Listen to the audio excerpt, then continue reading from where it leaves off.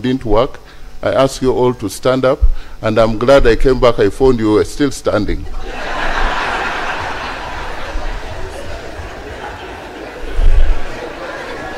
Thank you very much.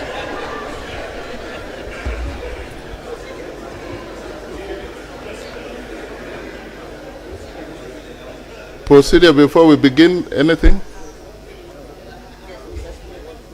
I thought, yes, Honorable Namboze is my MP in Mukono municipality. Thank you, Right Honorable.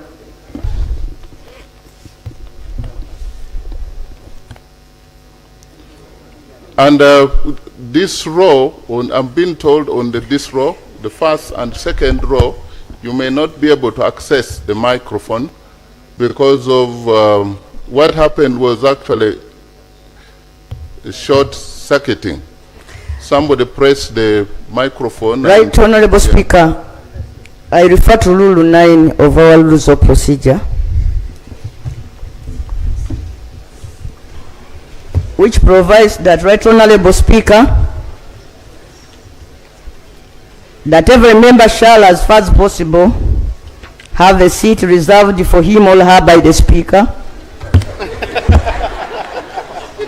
That the seat, the right-hand side of the Speaker, shall be reserved for the lead of government business and members of the ruling party, and free, that the seats to the left-hand side of the Speaker shall be reserved for the leader of opposition and members of the opposition parties in the House, and for, Right Honorable Speaker, that you shall reserve seats for the independent members of this House, and in circumstances where there are challenges, Mr. Speaker, Rule 9(5) provides that where the Speaker determines that it is not practicable to comply with the seating arrangement in sub-rule 2, 3, 4, the Speaker may permit a member to sit on either sides of the Speaker. Noting, Mr. Speaker, that you have not permitted anybody to sit contrary to the rules. I want first of all to welcome the members who have crossed to the opposition.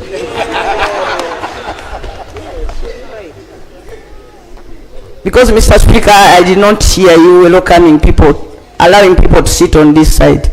But having said that even where people allowed to have a free sitting, the first and the second, the front and the second rows on either side shall be preserved for the substantive ministers and for the shadow ministers. Mr. Speaker, the procedure matter I want to raise is that I've been sitting down. For example, I don't have a seat, and I see several members on this side having occupied these seats even before you came in. The procedure matter I want to raise, Right Honorable Speaker, that wouldn't it be procedural okay for you to guide us on the issue of seating before we proceed, and, Right Honorable Speaker, to make sure that each one of us is properly accommodated? I beg to move. Thank you. Thank you, Honorable Betty Namboze. That guidance will be when we have the lope on one side and the lead of government business on one side. Clerk, the next item.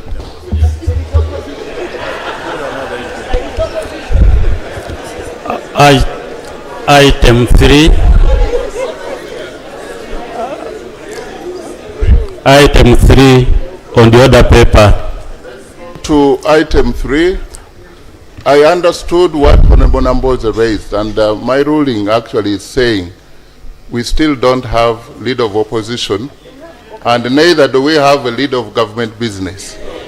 So why can't we start reconstituting the House? But please, let's go to item 3. Bishop, please. Let's go to item 3.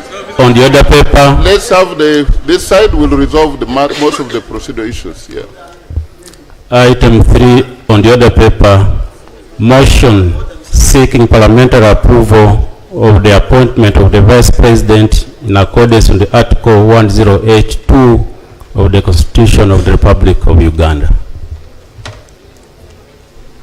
And as the mover comes, in the public gallery, honorable members, this afternoon we have guests of Her Excellency Jessica Alupo, the VP designate. They have come to witness the parliamentary approval of her appointment as Vice President of the Republic of Uganda. Please join me in welcoming them. And also in the public gallery, this afternoon we have guests of the Right Honorable Robin Anabanja, the Prime Minister designate. They have come to witness the parliamentary approval of her appointment as the Prime Minister of the Republic of Uganda. So please, the mover.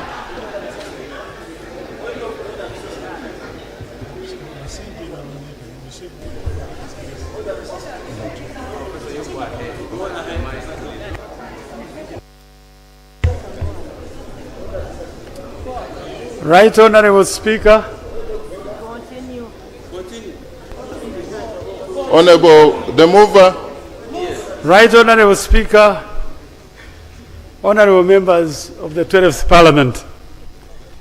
My name is Kamuntu Ephraim, I represent Shema South constituency in this Parliament. Speaker, to have the singular for resolution of Parliament.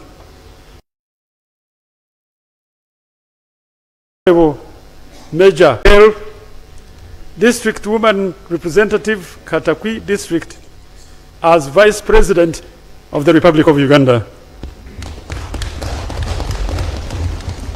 I'm moving this motion under Rule 108, Clause 1 and Clause 2 of the Constitution of the Republic of Uganda and Rule 58 of the Rules of Procedure of this Parliament.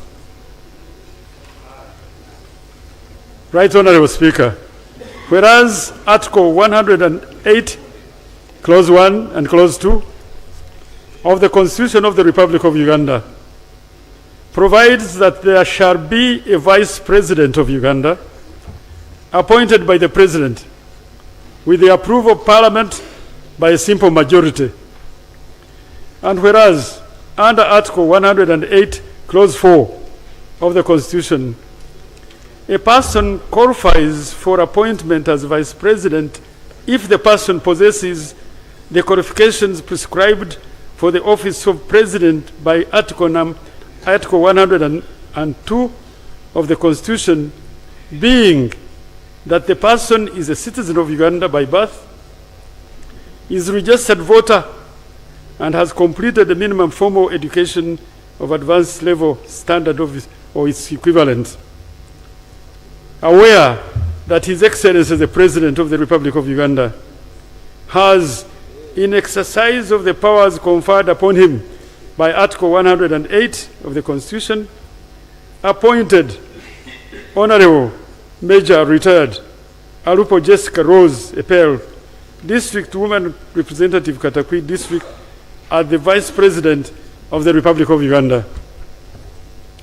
Further, aware that Honorable Major Retired Alupo Jessica Rose Epel was born on 23rd May 1974 and is a mother, a commercial farmer, a Pan-Africanist, a self-driven, humble, down-to-earth, a result-oriented and output-focused person who prioritizes and allocates more time to performance of her duties and attains results.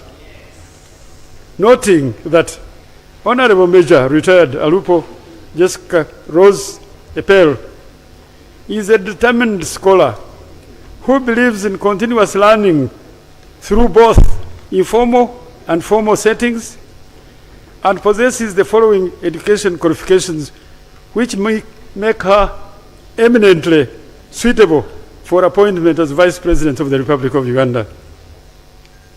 Currently, she's pursuing a PhD in peace and conflict studies at Makerere University. She has honorary doctorate degrees. One from Islamic University in Uganda on 20th December 2025.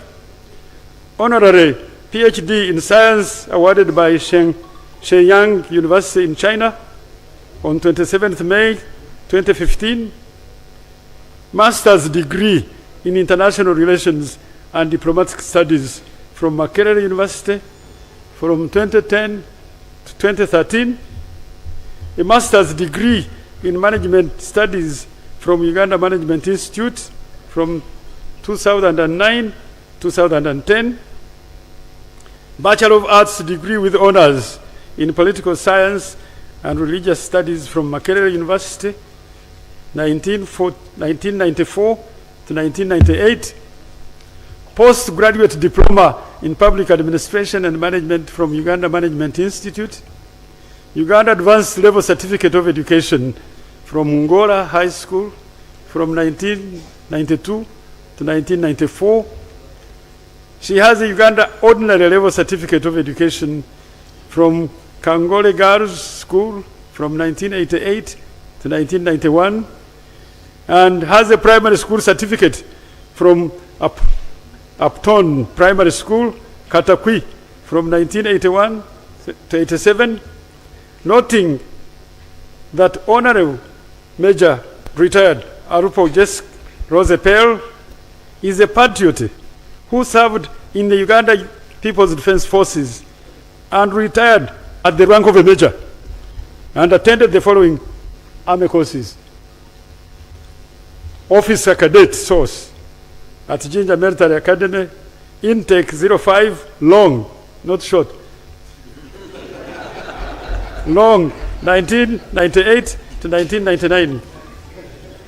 Counterintelligence course, School of Military Intelligence and Security, intake 1/00/01, Katabi. Technical Surveillance, Kitante, Kololo, intake 1/00/02, 2001.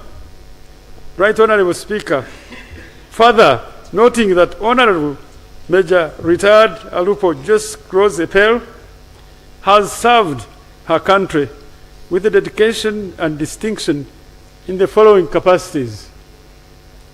She has served as Vice President of the Republic of Uganda, June 2021 to May 2026. She has also served as District Woman Representative Katakwi District in the 8th Parliament, in the 9th Parliament, in the 11th Parliament, now in the 12th Parliament. She has been Minister of Education, Science, Technology and Sports from 2011 to 2016. She has served Minister of State for Youth and Children Affairs from 2009 to 2011. She has served as Deputy Chairperson, Parliamentary Committee on Defense and Internal Affairs from 2006 to 2009. She has been a member of Parliament, Parliamentary Committee on Government Assurances from 2006 to 2009. She has served as Staff Officer, Chieftaincy of Military Intelligence, Kitante, from 2001 to 2005. She has served as Staff Chieftaincy of Operations and Training, Bombo Military Barracks, from 2000 to 2001. She has been an instructor in charge, female of trainees, Single Military Training School, from 1999 to 2000. She has been a voluntary teacher, Katakwi High School, 1994. She has served as Vice Chairperson, UNISA, Ngora High School, 1993-94. She has been a voluntary teacher, Youth School, Secondary School, 1992. She has worked as Deputy Head Girl, Kangole Kangore Secondary School, 1991. She has also been deputy head girl, Uptown Primary School, 1985. Right Honorable Speaker, recognizing that Honorable Major retired Alupo Jess Rosepel has been recognized as a transformative leader, a patriot, and has received the following awards for her dedicated and distinguished service in Uganda for the people of Uganda. Number one, she has been awarded Excellent Order of the Pearl of Africa, the Grand Commander, during the International Women's Day celebration in Katakwi in 2022. She also has been awarded Golden Jubilee Medal 2013 during Women's Day celebration in Nakasongola on 8th March 2013. She has been awarded the Pearl of Africa Award 2012 at the International Conference Center here in Kampala. She has been awarded the Eastern Region Women Achievers Award, September 2012 of Uganda Christian University. Further, Right Honorable Speaker, recognizing that Honorable Major retired Alupo Jess Rosepel has ably, with distinction and dedication, represented His Excellency the President of Uganda at national and international events, and has represented Uganda's interests very effectively, negotiated resolutions, and addressed some of the following. She has addressed, look at the bodies, United Nations General Assembly in New York. She has addressed the 17th BRICS Leaders Summit. This is the head of state in Rio de Janeiro, Brazil. She has represented the President and Uganda at the 39th Ordinary Session of African Union Heads of State and Government, Ethiopia, Addis Ababa, in February 2026. She has represented the President and the country on the 9th edition of the Future Investment Initiative Forum, Riyadh, Saudi Arabia, in October 2025. She has represented the President and the country, the World Government Summit, Women in Government Forum, Dubai, United Arab Emirates, 2023. She has also represented the President and the country on 24th COMESA Summit at Heads of State and Government on the 7th to 9th October 2025 in Nairobi, Kenya. Right Honorable Speaker, appreciating that Honorable Major retired Alupo Jess Rosepel is an accomplished author who has used her time to research into major issues affecting the well-being of the people of Uganda. And through this effort, she has done the following publications: Uganda and Integration of East Africa, a case, selected member states, and if you want a source, Makerere University, 2013. She has also published Employee Motivation and Employee Performance in the Telecommunications Sector in Uganda, a case study of MTN, a source, Uganda Management Institute. The Plight of Refugee Women in Uganda, a case study of Chiriandongo Refugees Camp, Chiriandongo District, source, Makerere University. Cognizant that the appointment of Honorable Major retired Alupo Jess Rosepel as Vice President of the Republic of Uganda is subject to parliamentary approval as required by Article 108, Clause 2 of the Constitution.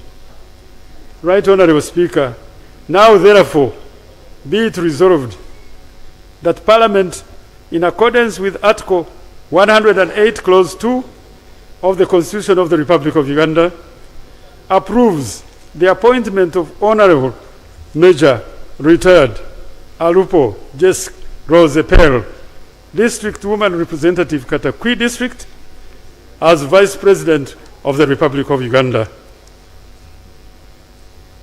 Right Honorable Speaker, I beg to move. Thank you. Is the motion seconded? Seconded by, it is unanimous. Honorable Nabanja, Honorable Chodu, Honorable Frank, Lieutenant General Honorable Samu Kiding, and the whole UPDF, the whole entire House. Yes.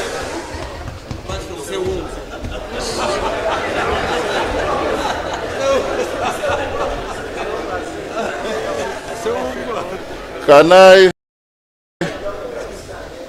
Honorable, the mover, Honorable Professor, you've already justified? So I can call you a seconders? You can just...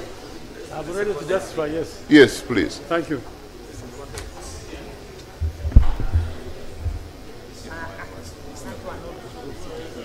Thank you very much, Right Well, Honorable justify, Speaker. yeah. Right Honorable Speaker, honorable members, Let me hear procedure.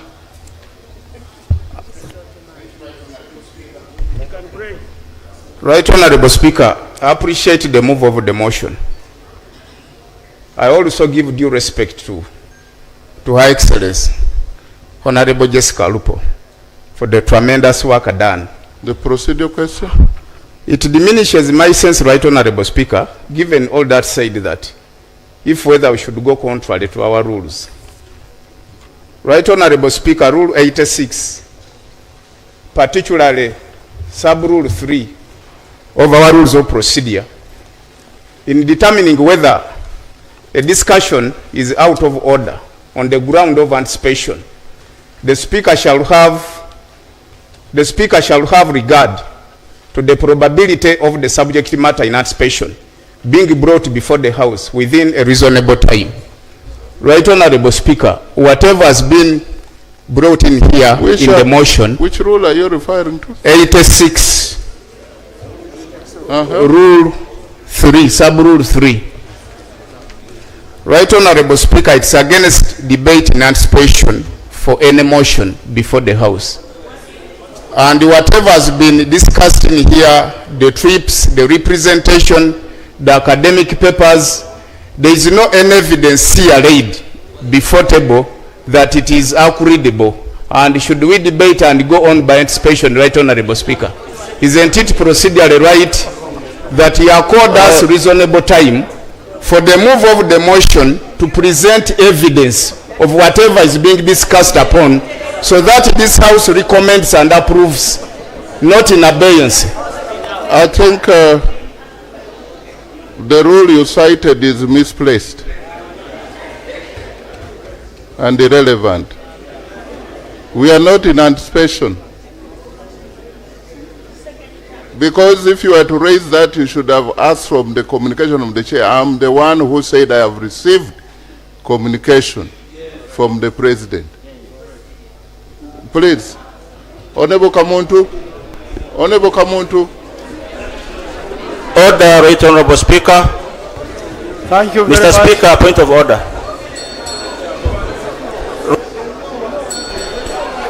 On Rule 88, Right Honorable Speaker, on the rules of procedure, there is a dress code that is meant for members of Parliament in the House here. Right Honorable Speaker, there is a member of Parliament who is seated in the second row and is not putting on a necktie. So, yes, it's a rules of procedure. Rule 88. No, it is a suit, not a counter suit. Honorable Tumelaze. And you're not the speaker actually, I'm not the speaker. Honorable, what's the order? Is it an order for honorable member of Parliament to come to the House Okay. without putting on properly as the rules of procedure state. You've now informed the member. Let's go on. We are still...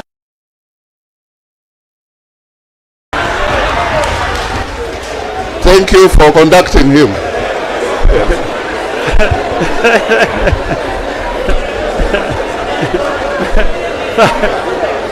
Thank you very much. Thank you very much. Thank you very much. Thank you very much. Order, order. Thank you. Right, honorable. Honorable, Right. the procedure... Mwana, somebody there.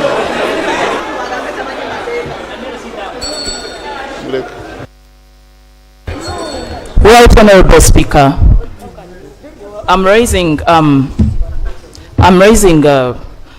a motion under Rule 61, and it's under point of privilege. It's very important. Her Excellency Jessica Alupo is a big inspiration to millions of girls out there. But in this document and under the motion being moved, she's being referred to as Honorable. She's supposed to be referred to as Her Excellency. This is important. I am kindly requesting, Right Honorable, that the mover of the motion Order. refers to the mover of the motion kindly refer to our most powerful woman as Her Excellency. Thank you. Order. Honorable Minister, order. Hello. Order. Honor, the mover continue. Thank you very much.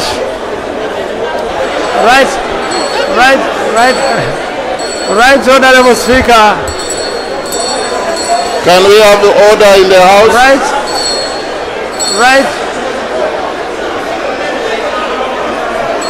Can we have order?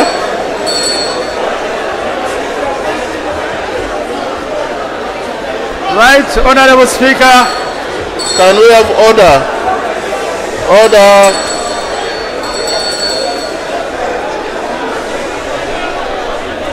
Right, Honorable Speaker. Order. Right, Honorable Speaker. Honorable, come on to Professor. Right, Honorable Speaker, Honorable members of 12th Parliament.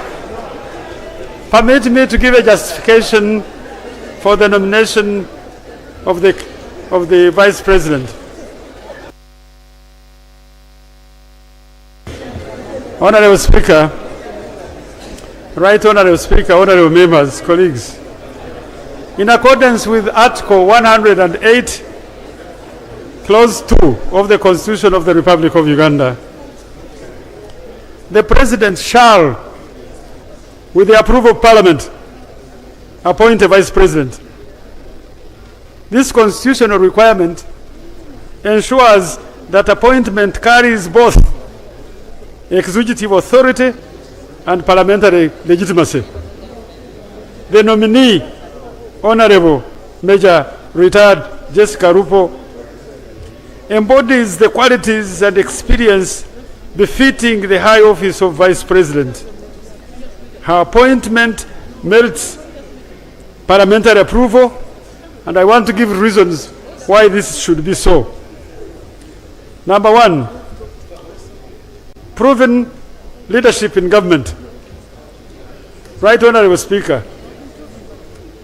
she has served as Vice President since June 2021, and I want you to know she is the second female Vice President in the history of this country.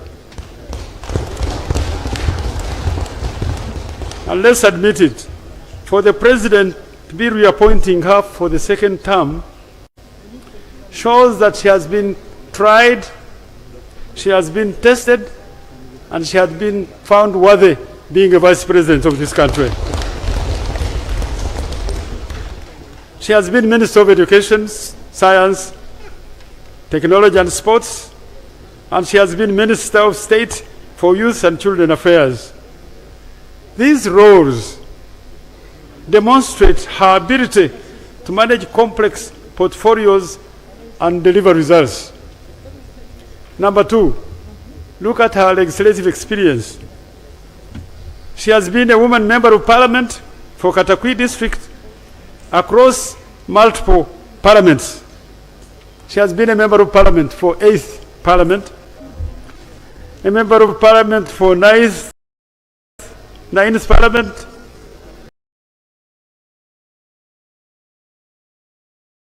a member of parliament for 11th parliament, now a member of parliament for 12th parliament.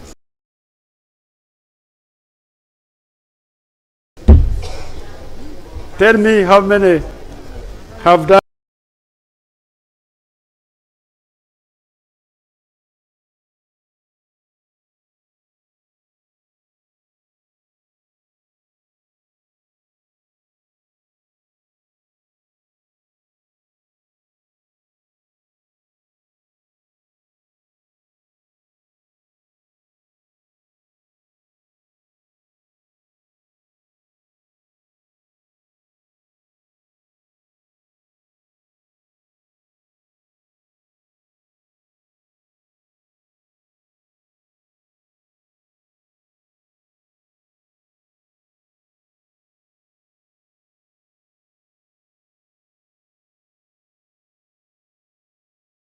this.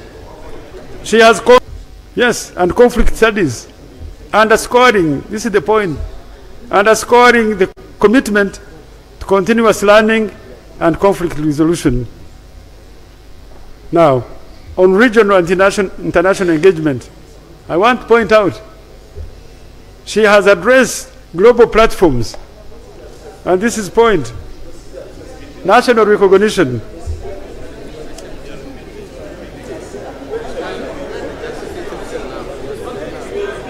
Right Honorable Speaker, let me give personal attributes.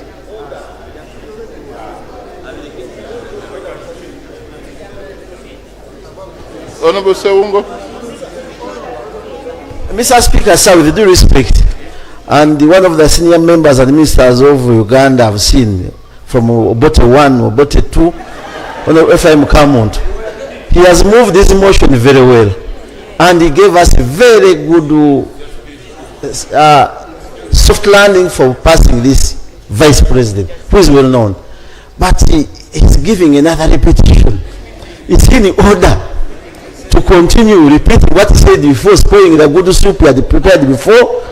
Yet we want to have a good debate that will see this Garant lady getting through her position without the former UPC member continuously telling us more about what he has said before. Is he in order, Mr. Speaker?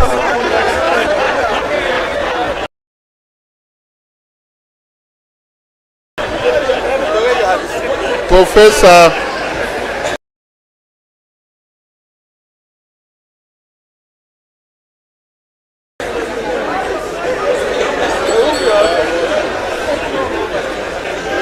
I think the Honorable Professor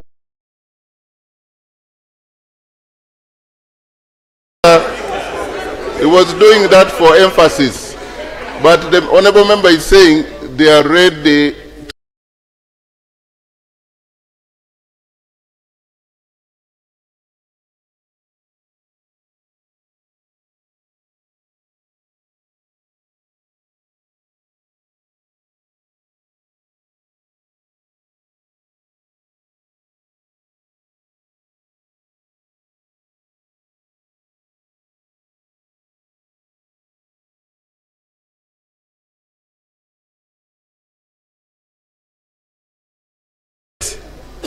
You will also have endorsed a leader of proven competence, integrity, and dedication to service of this country. Her track record, which I have enumerated, speaks volumes about her capacity to lead this country. Consequently, Right Honorable Speaker,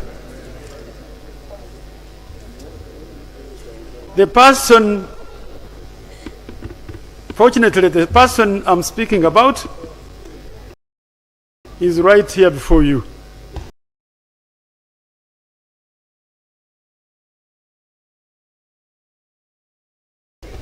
She is a fit and proper person to be the Vice President of this country at this material time.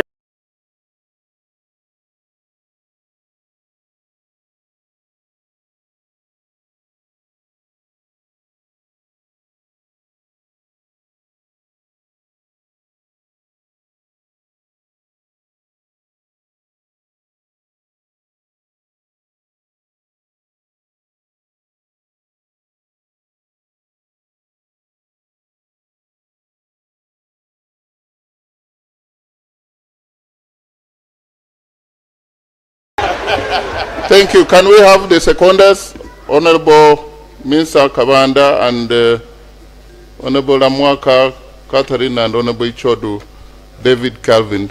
I think we have 2 minutes each. Members are already ready to. Thank you, Honorable Speaker. Right Honorable Speaker. I think you all know Hajat Misa Kabanda, the MP for Kampala Central. Right, she's done in front of you. Right Honorable Speaker and honorable colleagues, in fulfillment of Article 108, Cap 2 of the Constitution of the Republic of Uganda, the President has appointed Vice President whose assumption of office requires the approval of this August House.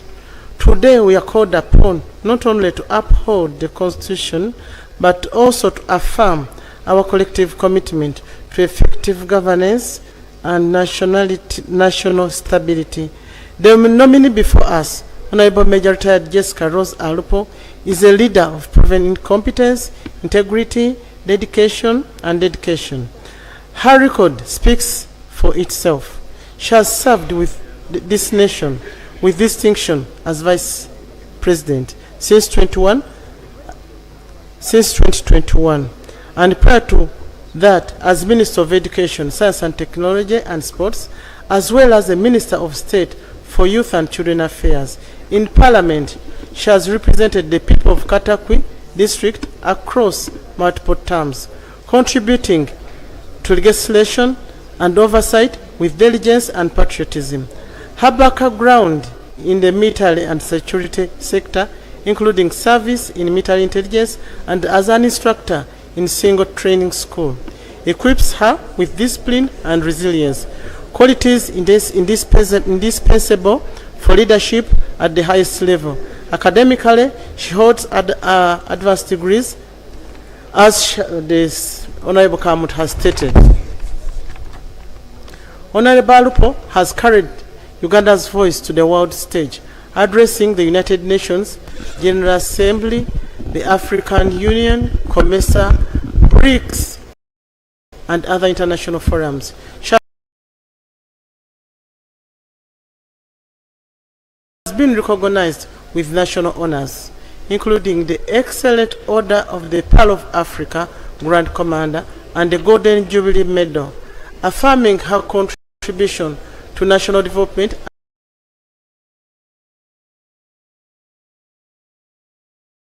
and women's empowerment. Mr. Speaker, honorable members, approving this appointment is not only a constitutional duty but also a vote of confidence in a leader who embodies humility, teamwork, and dialogue. It is a step toward continuity, stability, and effective coordination of government business. I therefore urge this House to give its full approval to the appointment Honorable Major Retired Jessica Rose Alupo as Vice President of the Republic of Uganda, so that she may continue to serve our nation with legitimacy, authority, and dedication. I beg to move. Thank you. Honorable Lamwaka Catherine, MP, District Woman Representative Omoro. 2 minutes.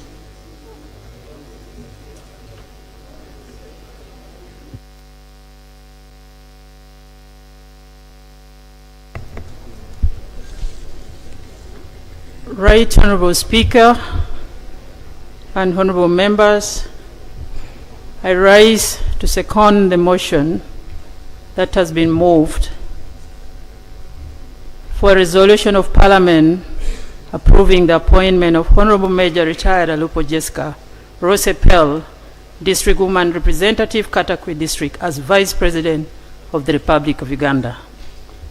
Mr. Speaker, sir, the great lady, the great leader we are speaking about today, a lot has been said about her by the mover of the motion. I stand before you to second this motion and, as a way, ask us all to exercise our constitutional mandate that the Honorable Major Retired Jessica Rose Alupo Epel be approved as Vice President of Uganda as proposed by His Excellency President Yoweri Museveni Kaguta. Right Honorable Speaker, as we are aware, Honorable Major Retired Jessica Rose Alupo Epel is a prominent Ugandan politician, a former military intelligence officer who has served diligently, was a Vice President of this great Republic of Uganda from 2021 to 2026. She is best known for her historic leadership roles. Mr. Speaker, sir, her trailblazing career as a high-ranking female official in this country and her extensive military and educational background speaks for itself. Mr. Speaker, sir, and honorable colleagues, this is a distinguished leader. Dear honorable members, before her political career, she served. As I conclude, Mr. Speaker, sir, the Honorable Retired Major Jessica Alupo Epel, the woman member of Parliament of Katakwi, is a woman of noble character. I fully associate myself with the motion that has been raised to approve her as the Vice President of this great nation. An honorable colleague, in her is a God-fearing woman. In her, we are sure of the future of this country.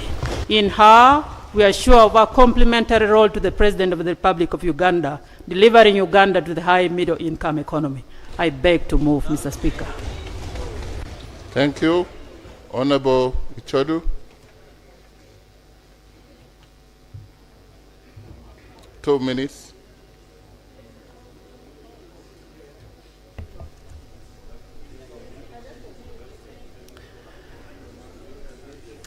Honorable Right Speaker and honorable colleagues, I stand to second a motion for parliamentary approval of the appointment of Honorable Major Retired Jessica Rose Alupo Pell as a Vice President in accordance with Article 108, Clause 2 of the Constitution of the Republic of Uganda. The nominee, Honorable Major Retired Jessica Rose Alupo Epel, embodies the qualities and experience befitting this high office. She is a humble, result-oriented leader, a Pan-Africanist, a mobilizer of communities. She embodies the values of integrity, teamwork, and dialogue. Right Honorable Speaker and honorable colleagues, by approving this appointment, Parliament will not only fulfill its constitutional mandate, but also endorse a leader of proven competence, integrity, and dedication to the service of Uganda. Our track record assures continuity, stability, and effective oversight of the executive. I beg to move. Thank you.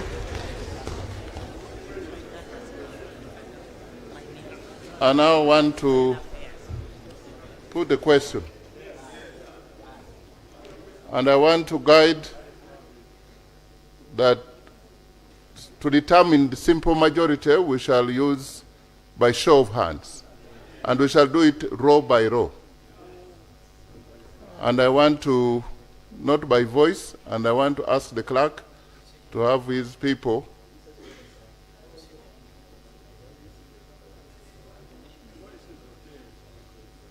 Mr. Speaker, I agree, I go with your decision, but we have a challenge. And that's why one time I wanted to raise the procedure matter. We have members in the gallery, and I don't know how they are going to be representing their voters, something you have seen in this parliament. maybe I would pray they also calm down. They continue standing as others are doing, other than being guests in the gallery. That problem of space is everybody's problem and concern. And I want to tell you there is hope that in this next 5 years, we should have our chambers completed. So I know that, so we have members of parliament who are in the public gallery because of space. So that's a genuine concern. Another procedure matter? Yes, Right Honourable Speaker, thank you so much. Why are the procedures coming more this way than this side? Right Honourable Speaker, it is because the other side is eager to run through even without following certain procedures. Right Honourable.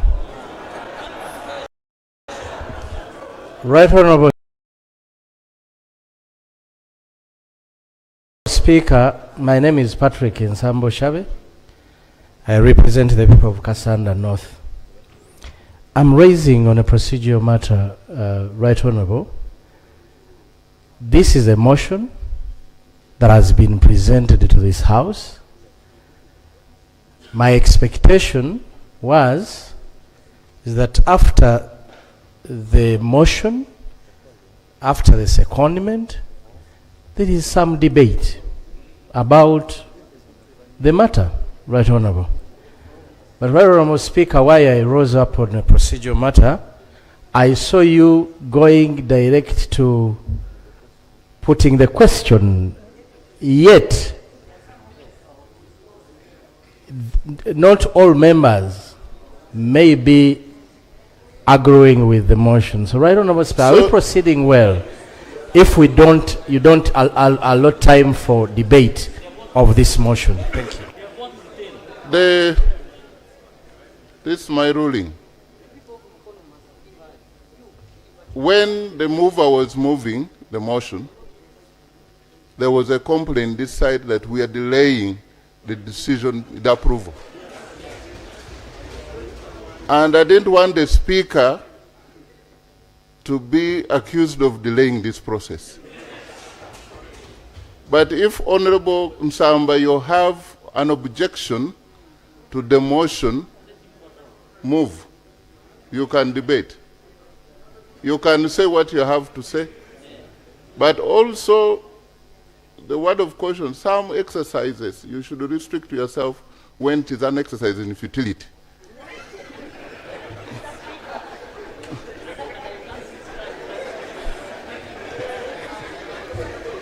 But yes. Thank you, Right Honourable Speaker. Yes, Wakiso. Speaker,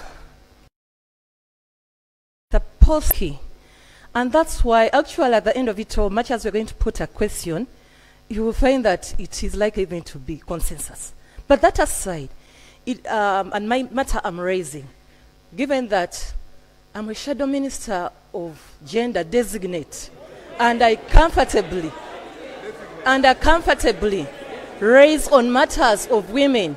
Right Honourable Speaker, may your office, the way you've assured us on academic matters that you've already got the papers answered, may your office also assure us on the matter of birth, of citizenship of the person we are talking about, because elsewhere we've been seeing some names who have got dual citizenship. So for us to get clarification and for us to go for this question well, we also request you assure us on all qualities and we shall be comfortable. I thank you.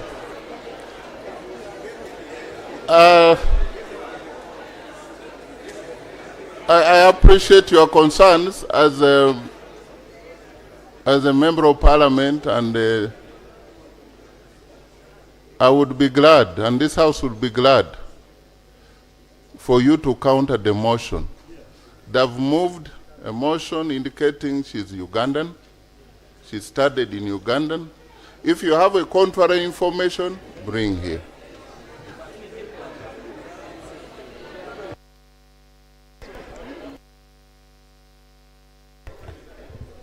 Right Honourable Speaker.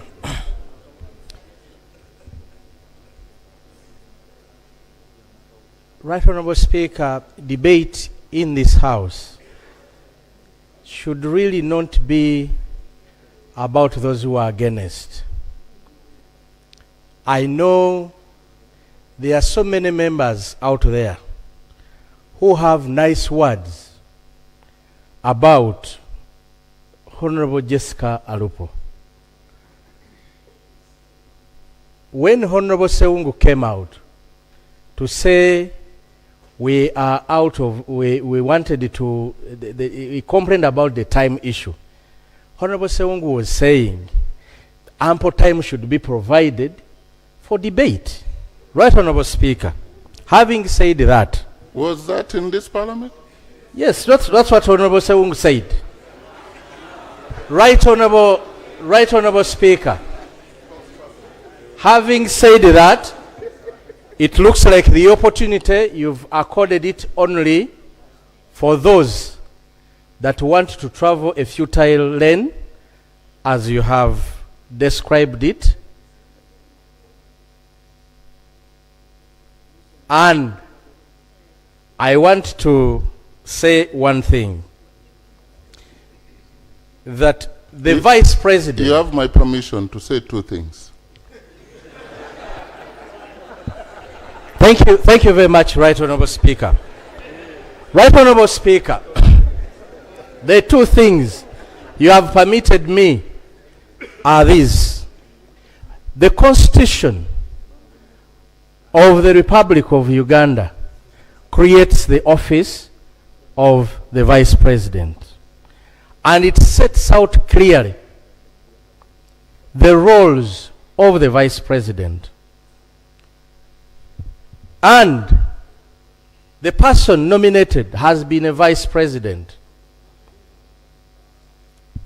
in the previous term. The people that brought the motion here denied us the opportunity to understand the constitutional achievements as per the person nominated. Much of the motion brought and the justifications, they were talking about matters to do that this person has been a class monitor somewhere, has been went to this course or this one. But what the people of Uganda want to hear, Right Honorable Speaker, Right Honorable Speaker, what the people of Uganda want to hear. There's order here. Right Honorable Speaker, is the colleague in order? My name is Opoloto Kwalanga Simon Peter, representing Kanyumu County.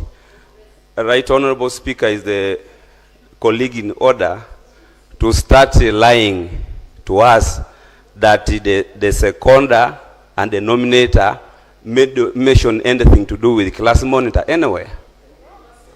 We did not hear that. Right Honorable Speaker, is he in order?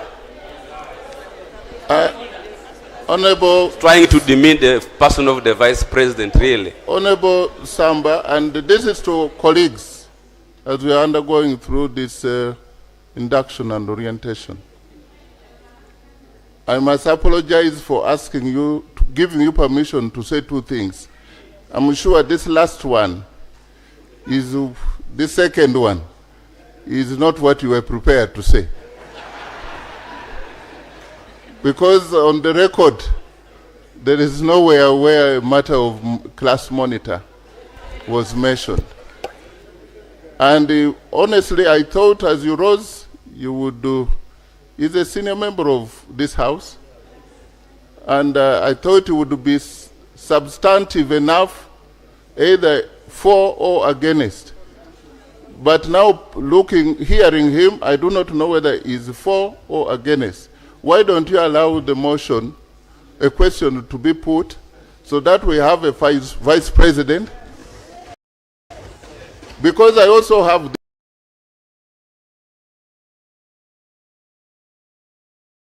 this side. Would you be, because by the time the leadership of any organization fronts a person, like the leader of opposition, if he's to be designated. The Speaker is talking.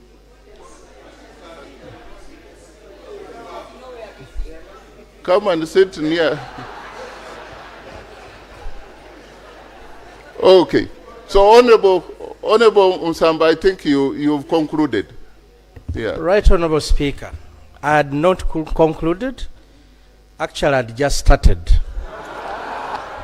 Right, Honorable Speaker, I raised my matter basing on the Constitution.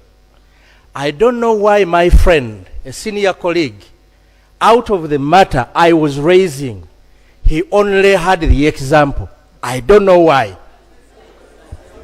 Because right, that is what order, was the right, lie. Honorable Yeah. Speaker. Order, Honorable Speaker. Please, yeah. Order. Yeah. Order, Honorable Speaker. Order. Thank you so much. Right, Honorable Speaker, my name is Babidi Chitiosara. I'm the Member of Parliament for Koto East. Right, Honorable Speaker, the Honorable Member and the Senior, I think this is his third term. He's been here when Her Excellency the Vice President was appointed as a Vice President. She's been here for some time and he's aware. He did not raise any matter of nationality. Is he therefore in order for him to raise such a matter, or he's just deliberately wasting the time of this House? Thank you. Honorable Samba, I think we've dragged on this for long. There's a consensus that the Vice President nominated by the President of Uganda has attracted a lot of consensus. Why don't we vote by roll? If you are not in favor, you can withhold your what? Yes. Most obliged, Your Right Honour. Yes. So can we put the question? And those in favor beginning this side, row by row, first row, and the clerks you count.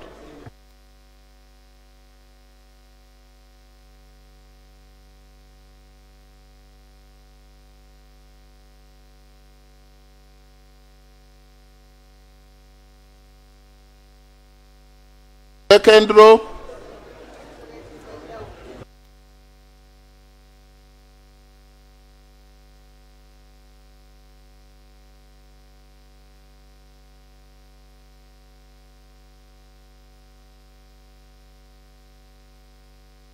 Can I go on third row? Third row.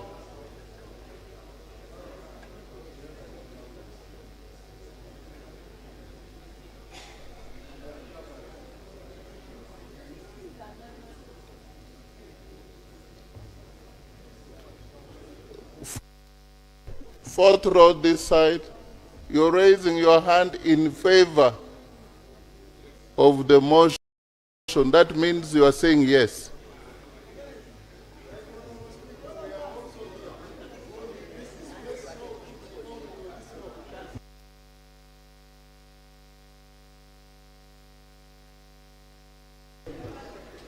The fifth row at the back.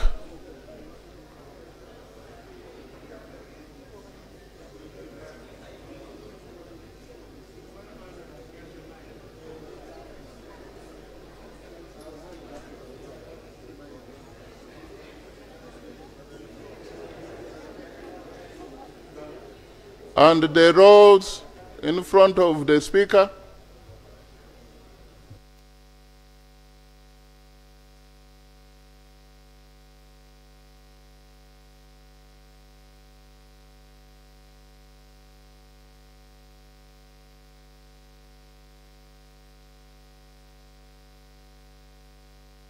First row here.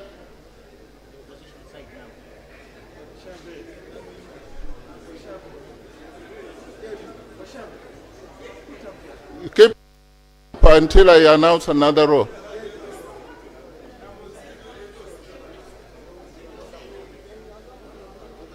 Second row.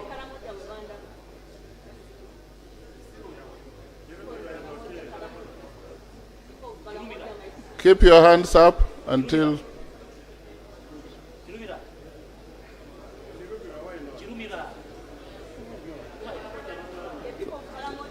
Third row. Those standing, you can first hold on. I will take another count. So if you are in the gallery and you want to vote, please, you come down.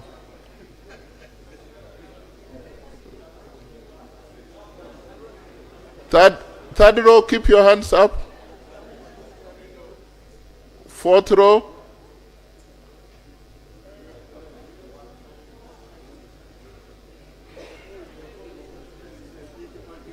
Yes. And the fifth row at the back.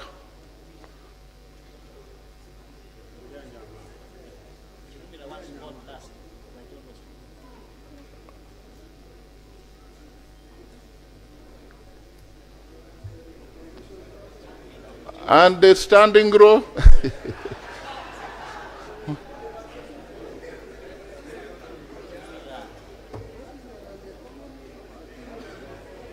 Okay. You are voting for approval of the Vice President, just in case you just came in. And here, this way, they are done?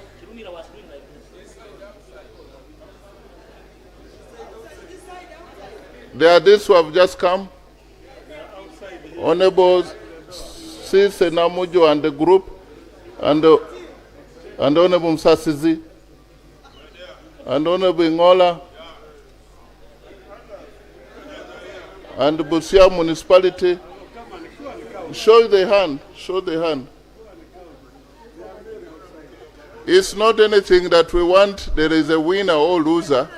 It's just a requirement for simple majority for those who are present, which I know we have, it has already superseded.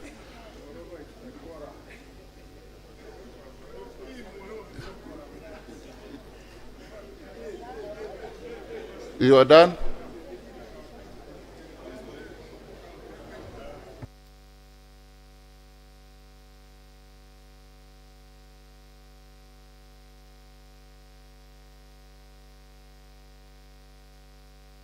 I know Honorable Rone is in the gallery. I can see Honorable Faith, Honorable Catherine Achola, Honorable Charity. I can see Honorable Brenda, Honorable Nangoli Mbali. There are several. This is overwhelming.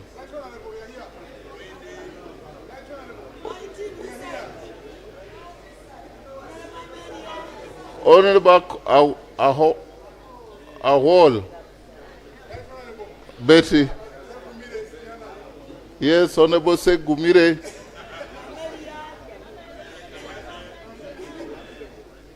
Honorable Amelia is here. She has. Oh, okay. So can we?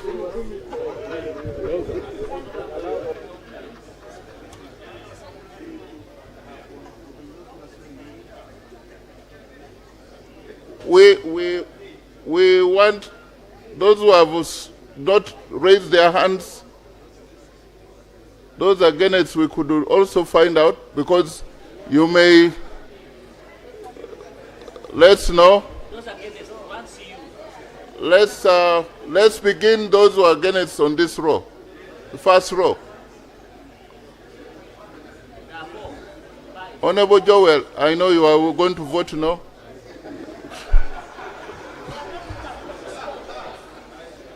Yes, you count. The first row, no. Those who are opposing the Vice President.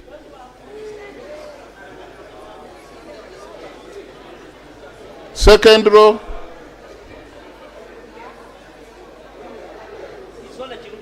Second row, Honorable Chirumira and the rest. Third row. Third row, there is no hand. Oh. Fourth row. Fourth row, nobody. Fifth row. Those standing this way and the other side. The other side, there are two. Okay, this side. This side.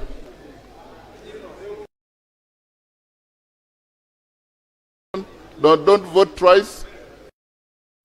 First row. Second row.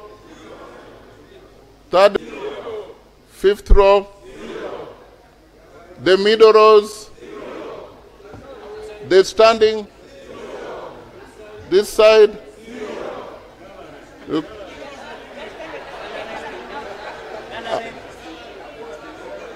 And those abstaining.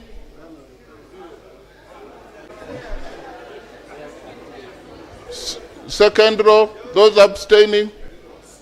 Third row, those abstaining is the second row has one person. Third row, fourth row on my left, fifth row, you're abstaining. And then I'm coming this way. Any abstention here this side? First row, second row, third row, fourth, fifth, standing. The other side. The gallery, any?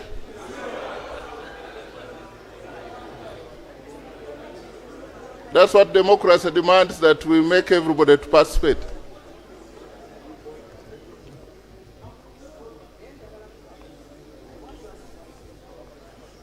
Those abstention,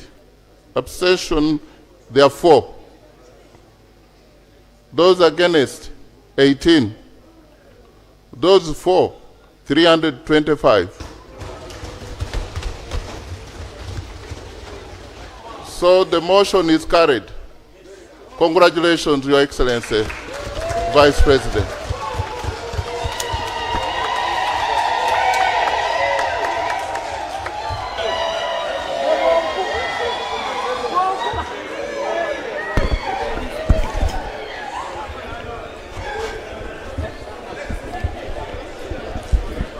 Next item.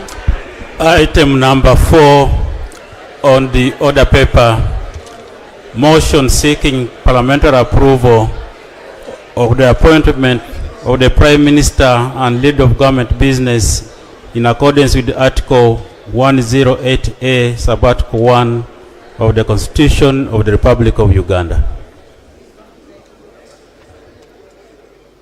Seconders, a mover. I was moving faster than the mover. The mover, Honorable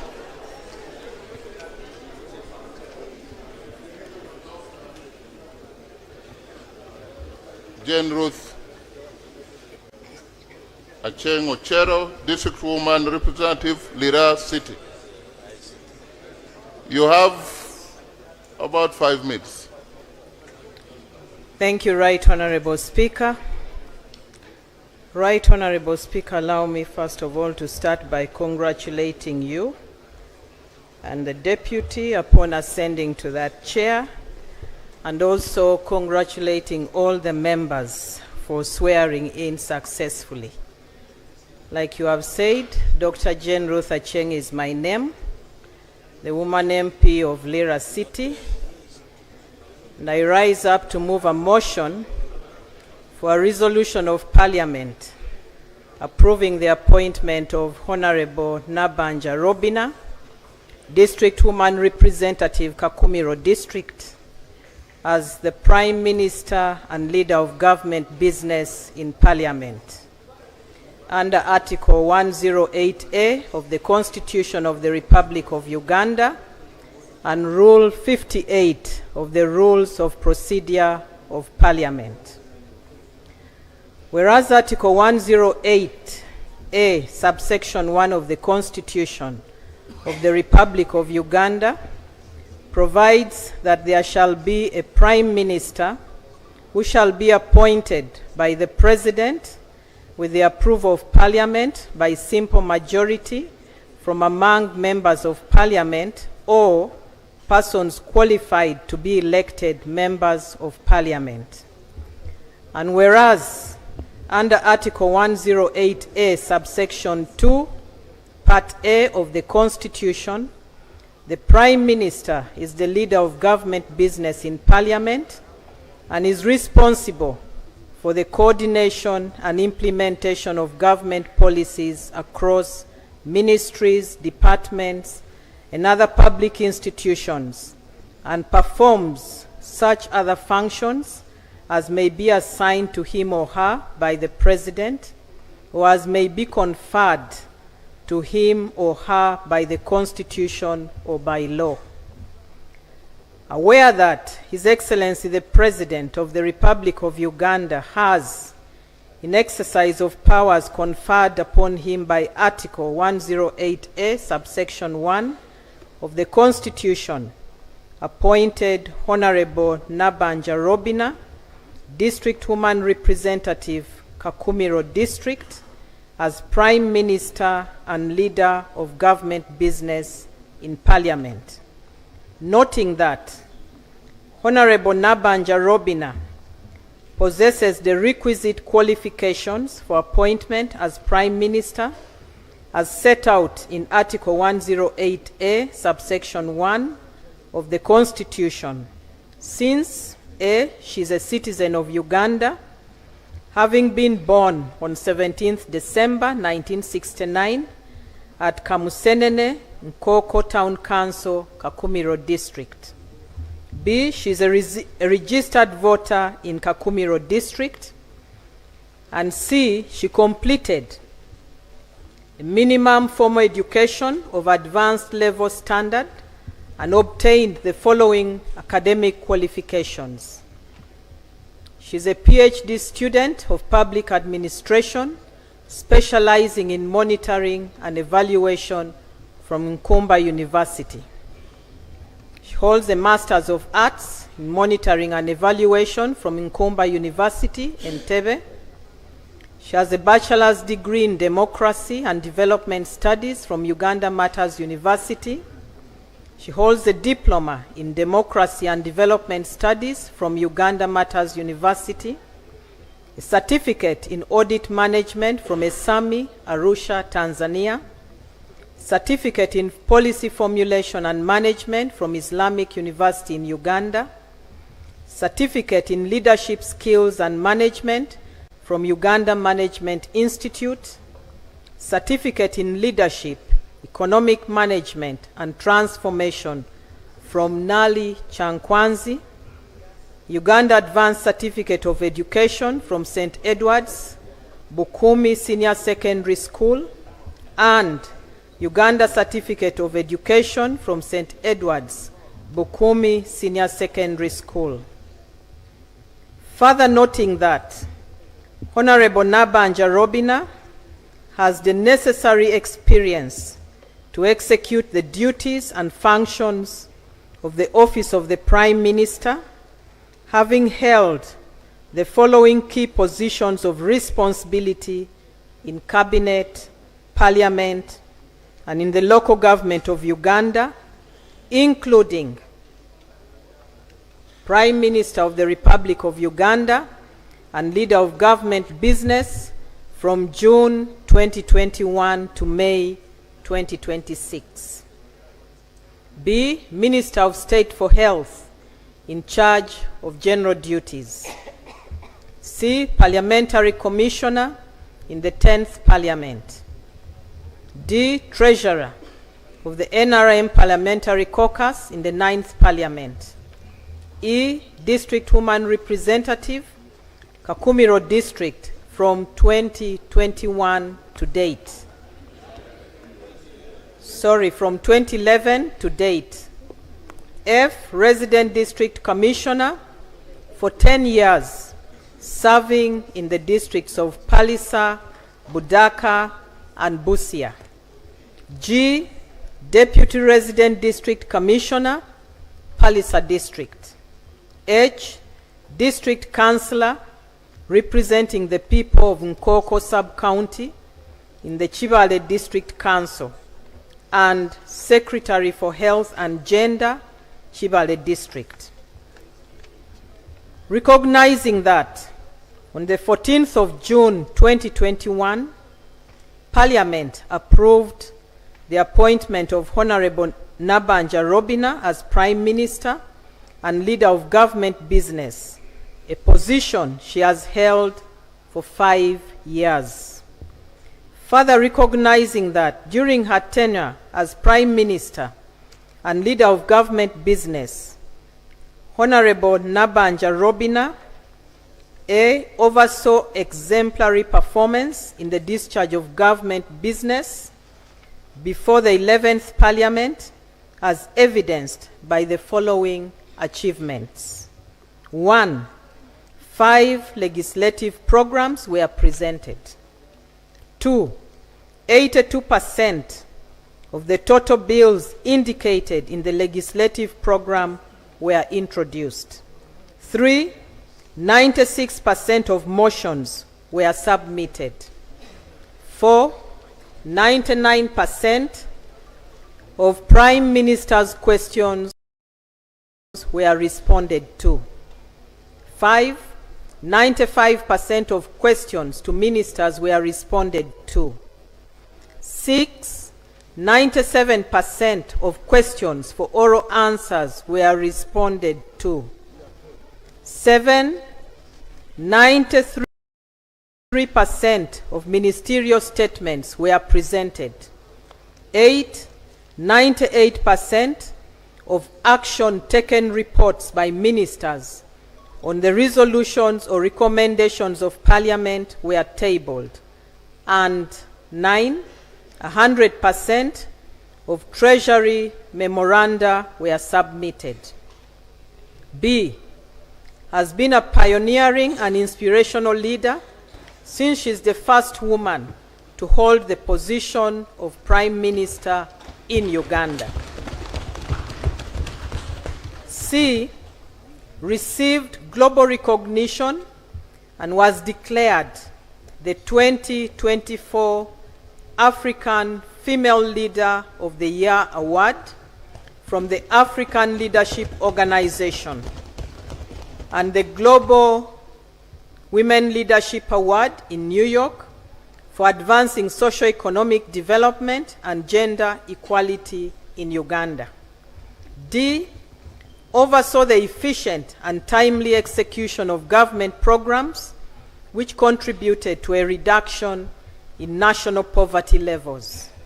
E, coordinated the government COVID-19 response initiatives, including the COVID-19 relief cash to listed vulnerable Ugandans. F, coordinated government poverty reduction mechanisms, including the parish development model. G, led and coordinated government response to natural disasters and helped in securing and allocating financial and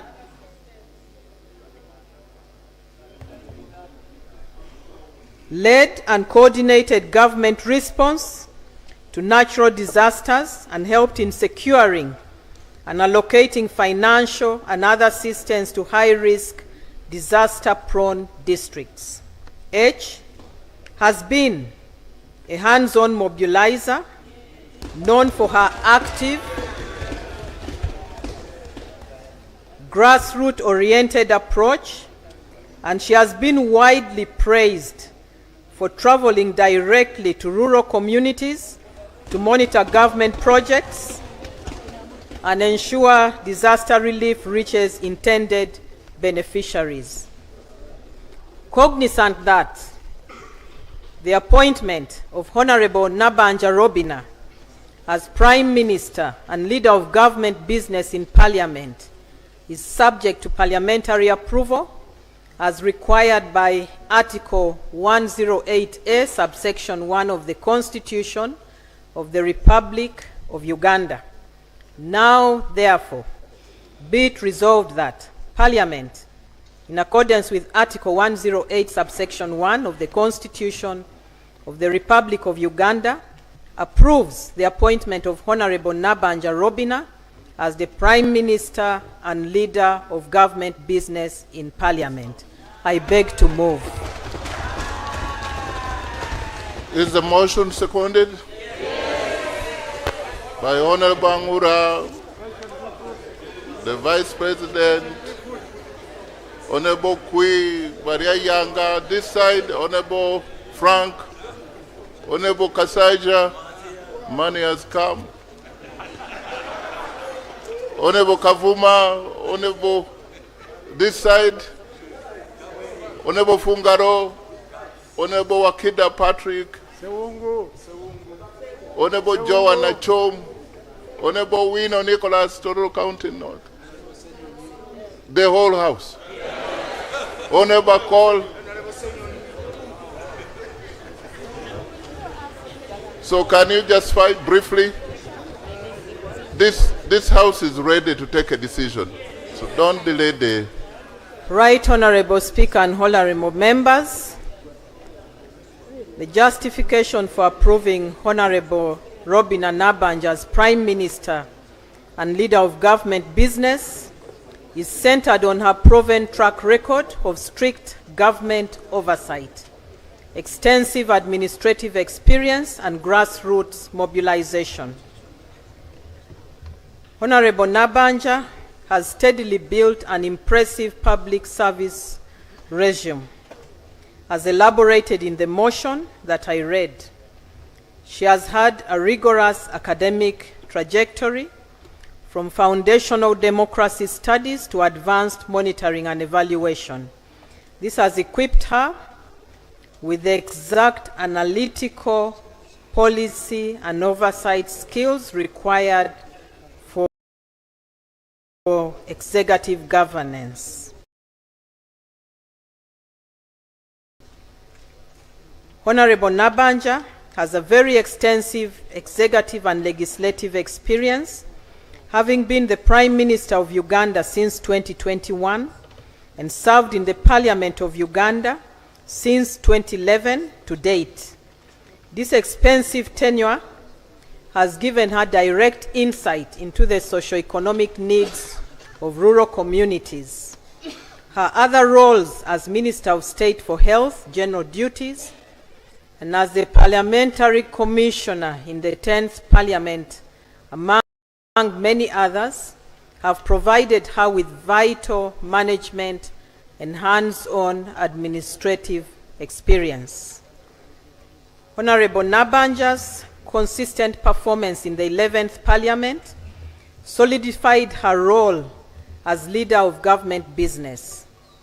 Through the regular tendencies of the House, she provided direct accountability, added legislative inquiries on service delivery, and maintained crucial coordination across cabinet ministries. During the mandated Prime Minister's question time, she regularly responded to oral and written inquiries regarding national policy and service delivery. She also promptly responded to pressing national issues raised by members of Parliament. Through her effective cabinet coordination, she ensured that ministries remained answerable to the electorate and the legislature. The Right Honorable Nabanja, as the foregoing Prime Minister, has had a marked grassroots proximity. She brought the office of the Prime Minister closer to the rural population by frequently taking services and relief directly to the vulnerable communities to ensure equitable distribution. The specific example here is when she made telephone calls directly to follow up government mobile money transfers to urban workers during the pandemic. She has also championed grassroots poverty alleviation programs, such as the Parish Development Model, aimed at wealth creation. Additionally, the Right Honorable Nabanja has been employing a hands-on approach of directly monitoring local governments and touring remote projects. This strict and close on-the-ground oversight approach to government business has ensured that public funds are actually used for community development. Her unannounced site visits and village-level farmer mobilization campaigns have brought about greater accountability and value for money. This compelling track record demonstrates that the Right Honorable Robina Nabanja is uniquely qualified and stands out as the ideal leader of. Thank you. Can we have the seconders? Honorable Namara Dennis. I think you'll do 1 minute, if possible. Thank you, Right Honorable Speaker and honorable members. My name is Dennis Namara, Member of Parliament, Buyaga West Constituency in Kagari District. Right Honorable Speaker, I rise under Rule 62, 1 and 2 of our Rules of Procedure to second the motion seeking parliamentary approval of the appointment of Right Honorable Robina Nabanja as the Prime Minister, Lead of Government Business 2026-2031 for the following reasons. 1, only 3.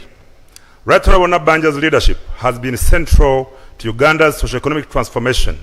She has had an outstanding focus on strategy targets geared towards household transformation from a subsistence to a monetized economy. Her leadership championed anti-poverty flagship initiatives, most notably the parish development model, which contributed to reducing poverty levels across the country. Number 2, Right Honorable Nabanja has great experience in international and regional leadership. Her capacity to guide international policy is validated by her chairing of the United Nations Africa Regional Forum on Sustainable Development, among many other international involvements. 3, and lastly, Right Honorable Nabanja Robina is an astute hard worker. That's why in our area, Bunyoro, she is locally referred to as the bulldozer chair machine leader, because there is no challenge of the local person she cannot solve.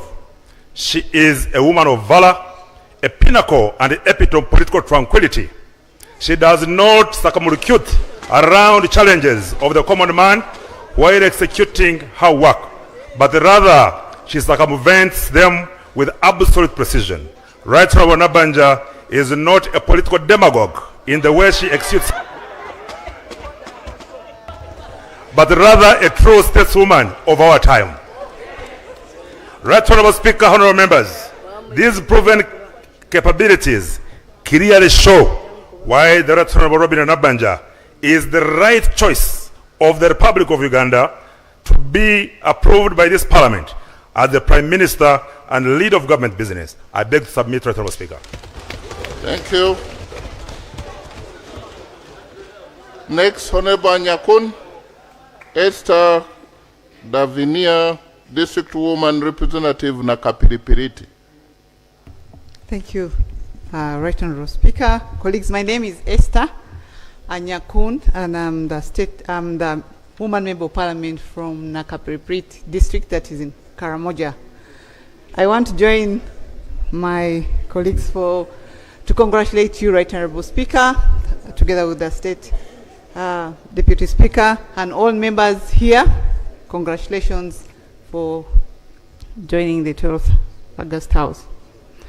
Right Honorable Speaker, I'm here to make justification for the motion seeking the parliamentary approval of the appointment of the Right Honorable Robina Nabanja as Prime Minister, Lead of Government Business. Right Honorable Speaker, honorable members, I would like to second the motion by anchoring on these highlighted key achievements and high-profile international honors that Right Honorable Speaker Nabanja received while she was in office as Prime Minister from between 2021 to 2026, and that is the Global Inspirational Leadership Award 2024, that's as an African female leader of the year 2024. Right Honorable Speaker, that is a very inspirational achievement for all prospecting women under this roof and in the country. Right Honorable Speaker, honorable members, these prestigious global honors demonstrate that Right Honorable Robina Nabanja tenure of Prime Minister was not only impactful, that also marked a notable international recognition and leadership which spans a major global platforms and multilateral organizations. This award not only elevated Uganda's global standing, but also demonstrated her effective leadership. She made very significant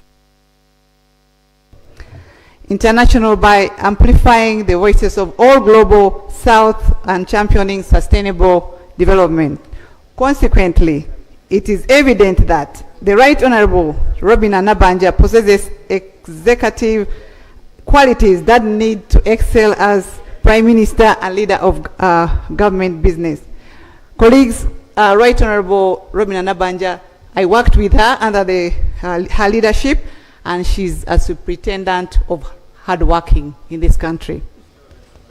She is, and she has interpersonal skills. That one's very high pro max. She's intrinsically motivated. I think we saw what every speaker said here. She moves, she'll leave you behind. You either follow her or she'll always lead. Right Honorable is a very kind-hearted person. I've worked with her, and she's very reliable and dependable leader. So I beg to move the motion and second it that we all support Right Honorable Nabanja Robina to be our next Prime Minister, and we'll work with her. Thank you so much. Thank you. And before I call the seconder, in the public gallery, we have the VIP gallery. We have this afternoon, we have Honorable Chiwanda Godfrey Subi, Chairperson, National Consultative Forum for Political Parties and Organizations. And also we have Honorable Musamali Mwasa Paul, member of the East African Legislative Assembly. They have come to observe the proceedings of this House. And we also have in the public gallery this afternoon, we have Honorable Ayo Patricia Ilubu, Deputy Speaker, Soroti City. She is represented by Honorable Chom Alobo Joan, and the Honorable Atan Moses Okia, and Honorable Ichodo David Calvin. Yes. Please make them welcome. The next seconder, Honorable Senior Counsel Frederick Ruhindi, MP Nakawa Division East constituency.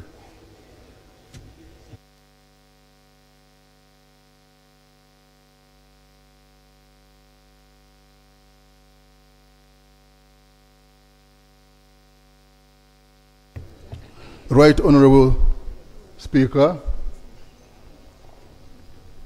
honorable members, on a rather selfish note,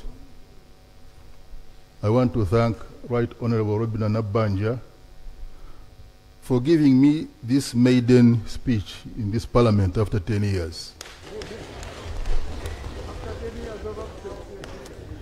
Right Honorable Speaker and honorable members, I stand here to second the motion that the Right Honorable Robina Nabanja be appointed as Prime Minister of Uganda. And I find that much of my text has been captured in the submissions of the mover and those who have seconded before me. And I really have nothing useful to add.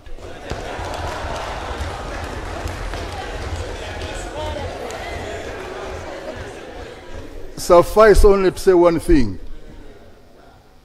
that Right Honorable Robina Nabanja is a versatile, effective Prime Minister of Uganda. And emotionally intelligent. She knows how to handle public affairs. And that's one of the greatest challenges we have got in the management of public affairs in our country. And I think with her guidance as Prime Minister, this country will move yonder. Thank you so much. I beg to move.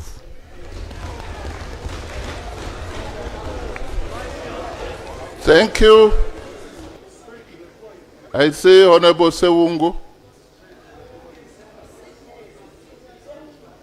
Honorable Fungaro. Honorable Fungaro, I said Sewungu, then Honorable Fungaro, then Honorable Paul Muiru. And who? Thank you, Mr. Speaker, sir. You see, when you see us abstaining or not supporting, we are insulated somewhere. And you remember at the death of Lazarus, Jesus went there and said, if you had been around, the sister of Lazarus said, maybe you would not have died. We are supporting the motion. I want to thank you for the work, but we also have to give facts about the Prime Minister. Madam Prime Minister, first of all, I want to thank you. You are among the Prime Minister I've been with since I came to Parliament, who has her phones always on when you are called. That's good. But prevail over the ministers. That's your role. We've been having Parliament here. You start the House, the Speaker is in the House, and the front bench is empty.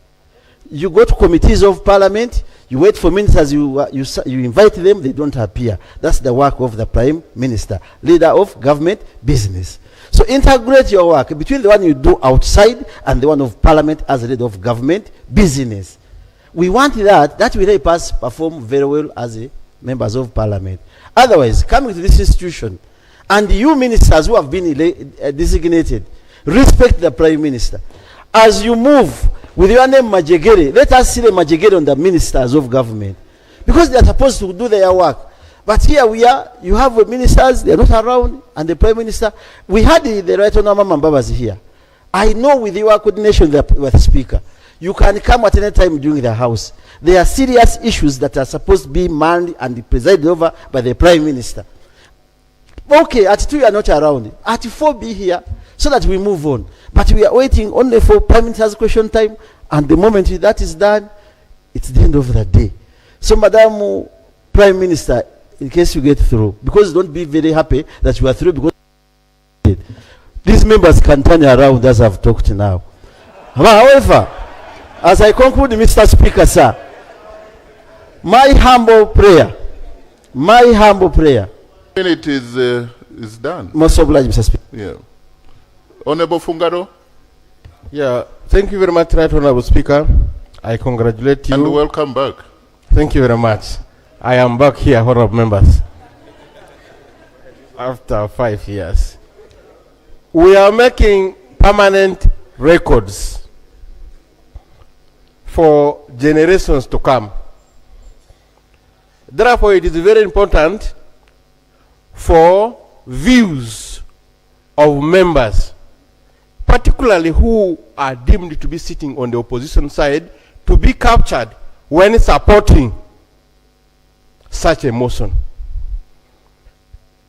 On behalf of the people of Obongi, whom I represent here, and on my own behalf, I would like to say I support the proposal, the motion, that Right Honorable Robin Anabanja be approved by this Parliament as our Prime Minister. This is for the reason that, being a Prime Minister, if you take it to the simplest level of leadership, even at school level, you are the head of other leaders. Head girl, head prefect. You are supposed to be a supervisor, a mobilizer of these very people whom you are leading. And being a Prime Minister of now, a country that has been in existence for some time, it means there were other Prime Ministers before you. And therefore you carry forward the work of the office of the Prime Minister from your predecessors. This is where I come with a testimony. when the Right Honorable Ruhakana Rugunda was here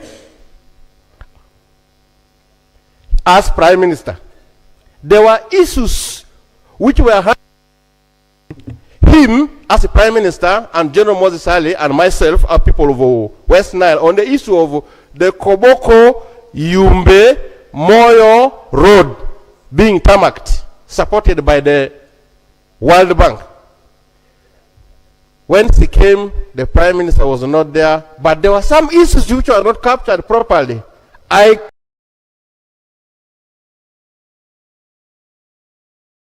came personally. I went to her office.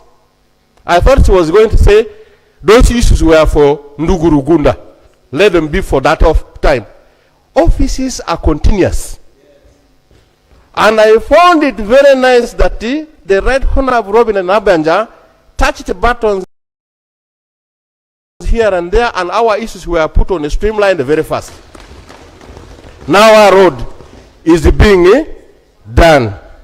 Even the gaps which were made in the design, she promised that she will make those gaps to be closed in the process of completing the road to serve all the refugee hosting districts in the West Nile. Therefore,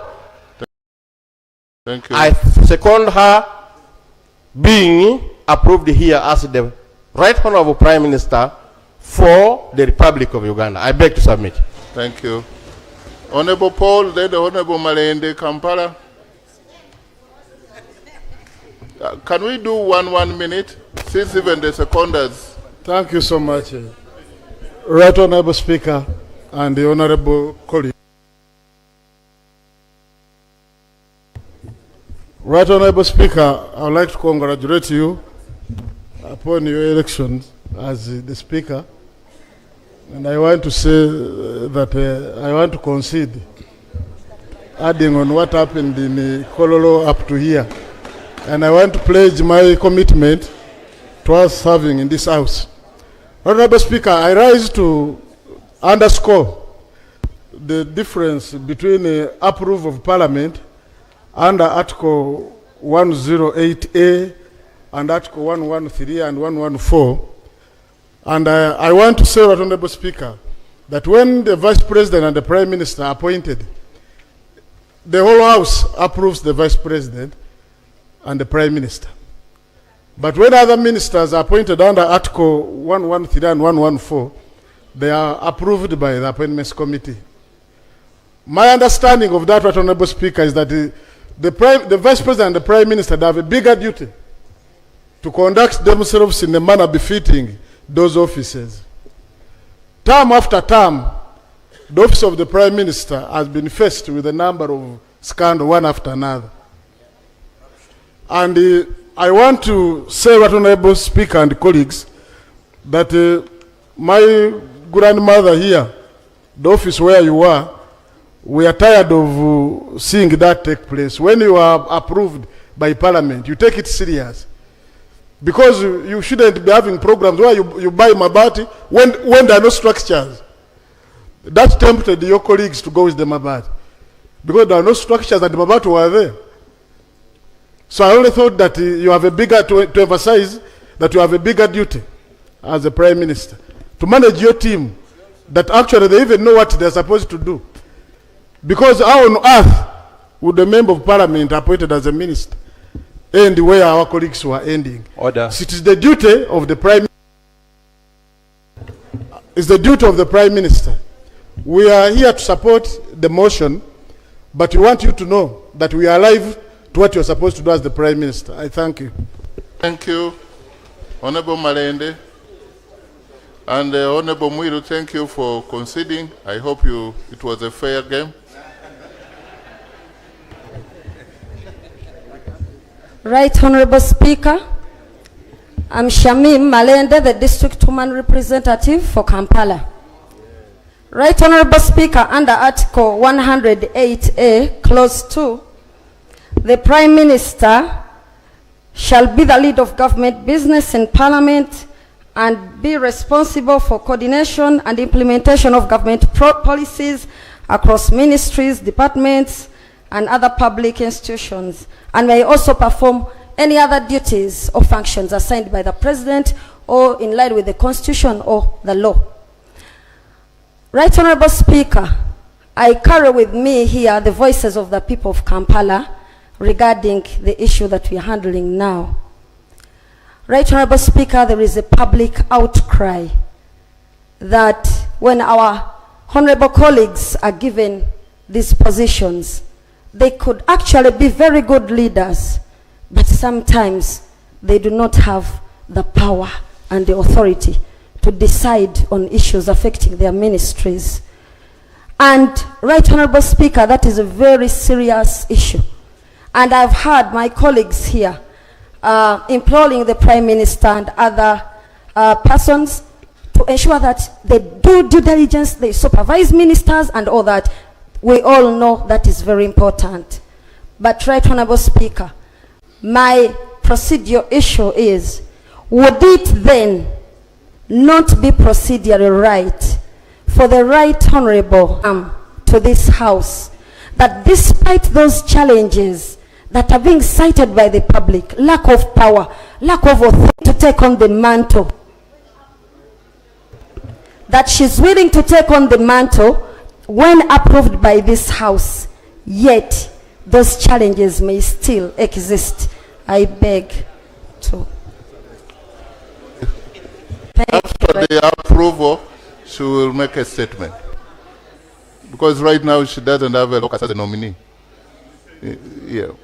And yes, Honorable Alenyo, then my brother. Yes. Oh, I had. Can we have just about 4 more people this side? Then, Honorable. Thank you. I may not know the name. Ochen and then Chirumda. And yes, Awol, Betty, Gulu, and Amuro.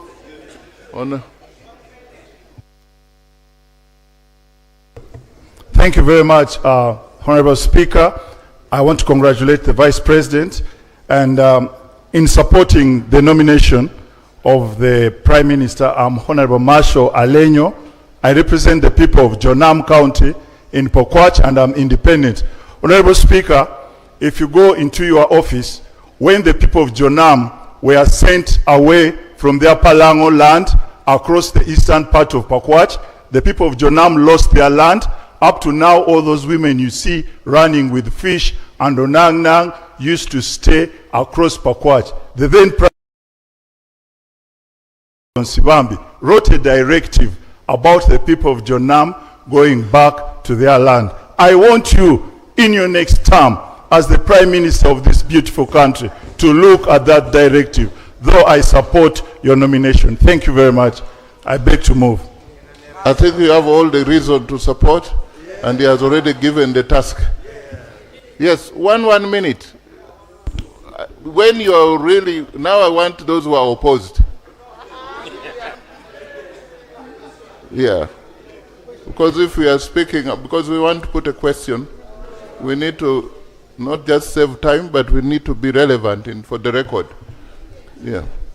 Right Honorable Speaker, members of the August Assembly, my name is Uchen Geoffrey, Member of Parliament for Kyoga North constituency in Amalatar District.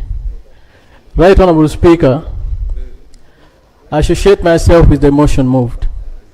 As a member of Uganda People's Congress, when I was the district chairman of Amalatar District, and at the time when the district was being submerged by the water levels of Lake Kyoga and Lake Kwania, the Right Honorable Prime Minister visited the district. We took the whole day visiting the local community that was suffering in the district. As a member of Parliament, I want to state that the Right Honorable Prime Minister had done a illustrious career spanning of over 2 decades with an impeccable and unblemished record. If we give her another chance, I strongly believe this country we'll move to another level. Thank you. I associate myself Thank with you. the motion moved. Honorable Chirumira, that was in support, and if I had stopped, we've had the independent, we've had NUP, we've had UPC, there's FDC. So only when you are opposed to the motion. Because we know this is a very popular motion. Yes, Honorable Chirumira. Thank you, Right Honorable. Right Honorable Speaker, this August House has just passed the protection of the sovereignty bill. It is a baby law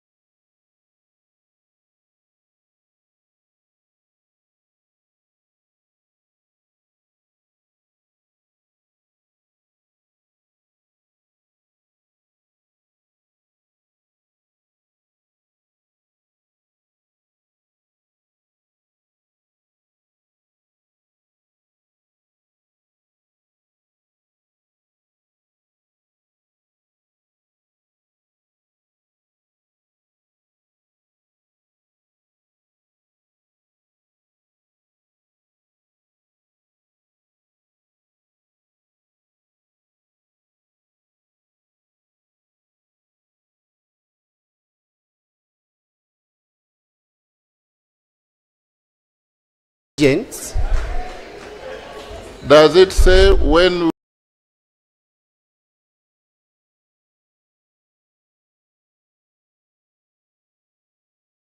we are approving the Vice President and Prime Minister? Right now,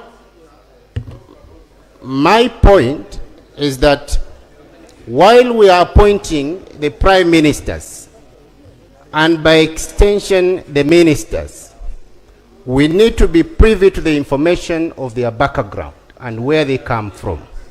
Because this is our country, we have just passed a very important law, Protection of the Sovereignty Act, and we need to protect our country from foreign agents. Point Thank you. noted. Yes, and that's why we are doing it in open plenary. If you have any contrary view that the Prime Minister is not a born of Uganda, please you bring forward. Yes, I am being moved to move PFF, just the last one.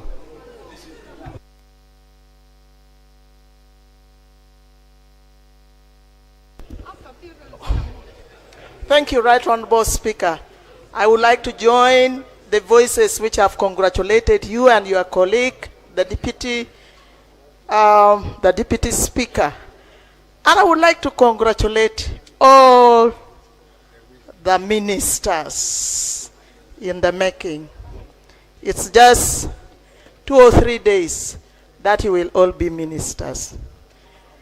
I was very happy when I saw the list of ministers and even the Vice President, the Prime Minister. I am very passionate about women also being given space. So even when we are weak somewhere, we can be supported. Our capacities can be built.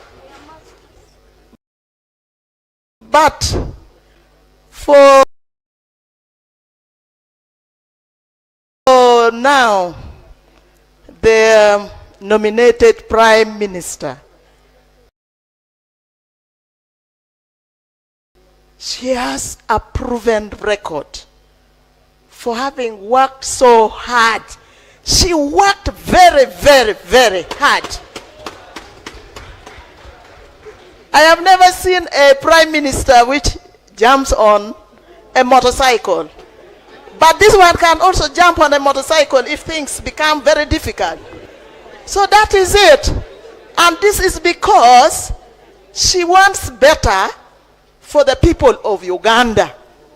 So, Right Honorable Prime Minister, I am here to support your appointment as the Prime Minister.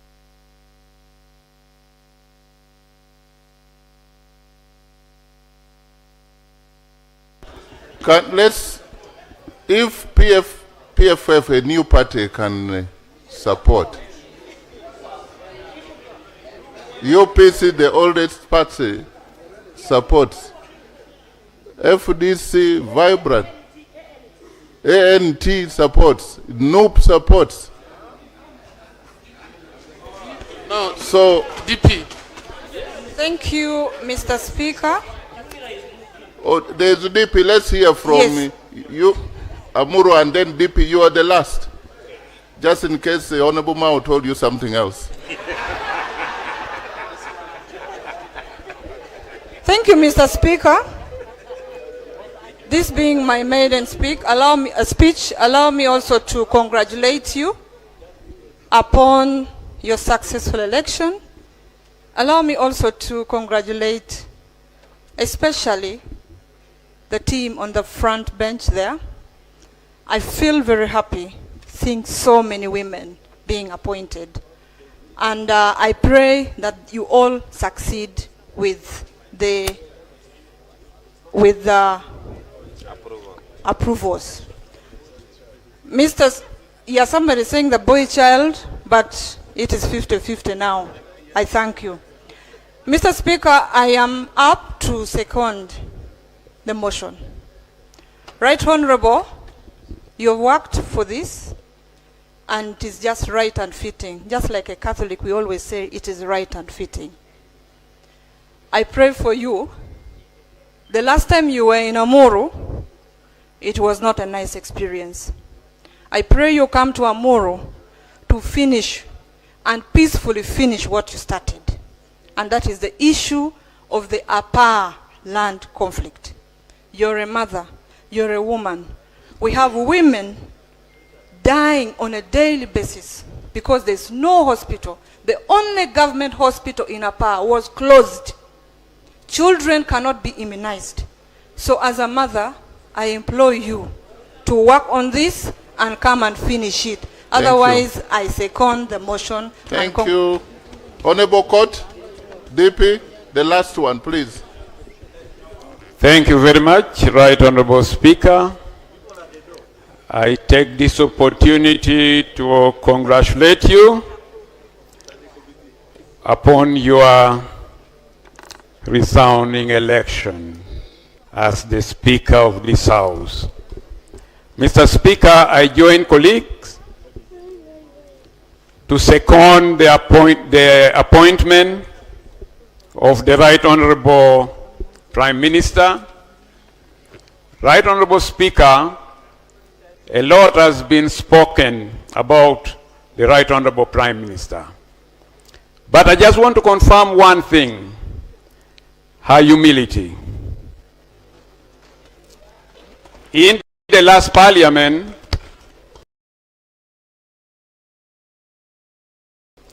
I was in the Committee of Presidential Affairs, and my committee was asked to investigate the Iron Sheet, the Karamoja Iron Sheet saga. Right Honorable Speaker, my chair, the Honorable Jessica Ababiku, wrote to the Prime Minister inviting her to come before the committee. She did respond, writing back that she is coming before the committee. But it equally took the humility in the Honorable Ababiku to write back to her that, Right Honorable, please, we are coming to your office. So I felt that she did not use her position as Prime Minister to look down upon the committee chair. She could have chosen that, I'm the Prime Minister. How dare do you support me? to your office come to mind, but she went down, showed humility, accepted to come before the committee, but the able chair saw it necessary that the committee should go to her. So I think she's the right person for that office, given her humility. Thank you. Thank you. That's a valid point, and not only to her. Honorable members, let's all be humble. The world is yearning for humble leaders who care about their people. It's my time now to put a question, and we shall apply the same methodology that for a resolution of this Parliament approving the appointment of Honorable Nabanja Robina, District Woman Representative of Kakumiro District, as the Prime Minister and leader of government business in Parliament. Those in favor on this side, first row, raise your hands. First row only. Can we just raise them up until I know it's shaking?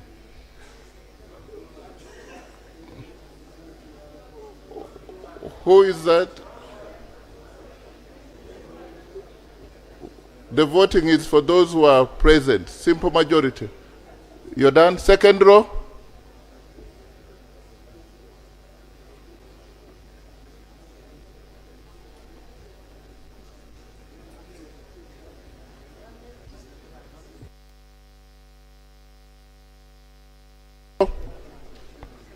Third row?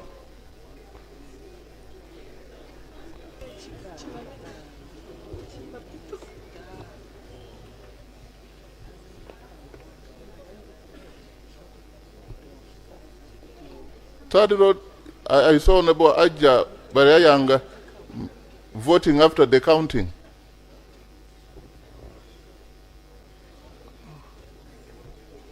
Honorable Medina, have you voted? Okay. Keep your hands up.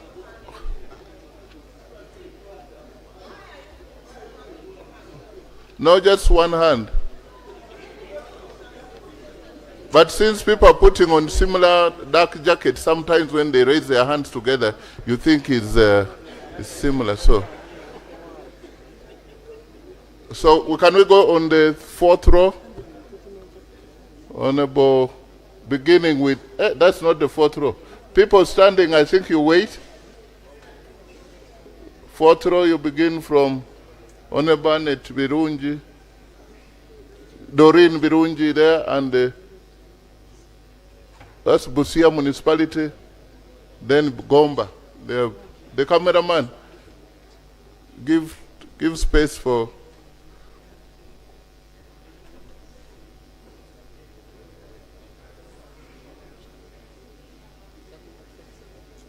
Okay, fifth row. Those standing don't vote. You'll vote differently. The team of Honorable Sise.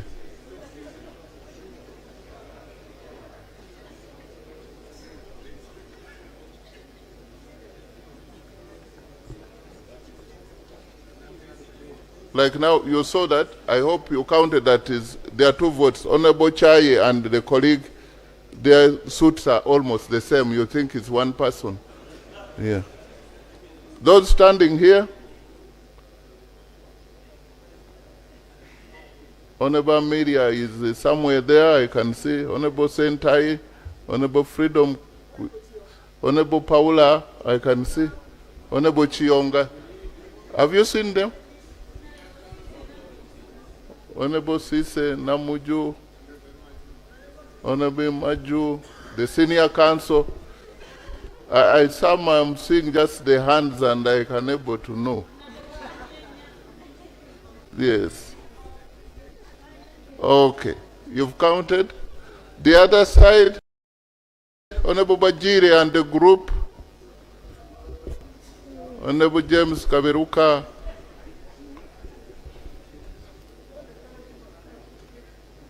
Honorable Fono Pondo, he says is the MP for the elderly, but not for the old.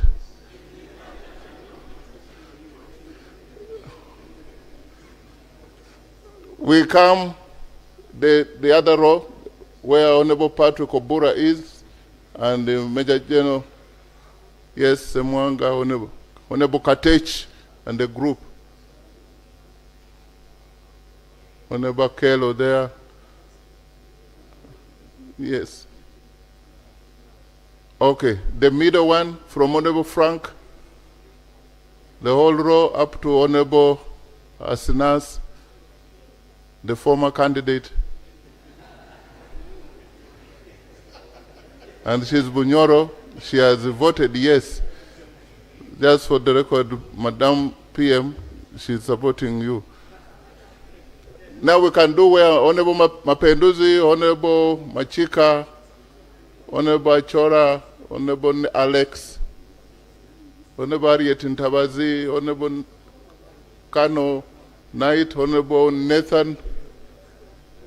Somebody else there I can't see? Yeah. You have counted? So we can do the first row here. Let me see, Honorable Senyonyi. Honorable Senyonyi is the perpetual.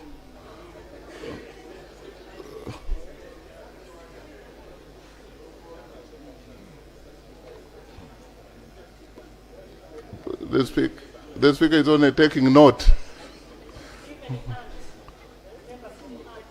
Yes, and he has one MP and is voting positively. Second row.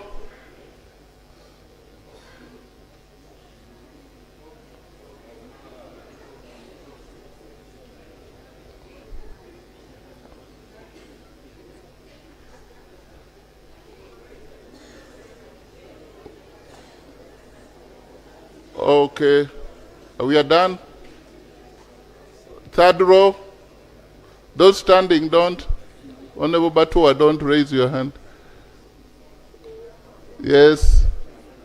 Mbale, Honorable Fiona.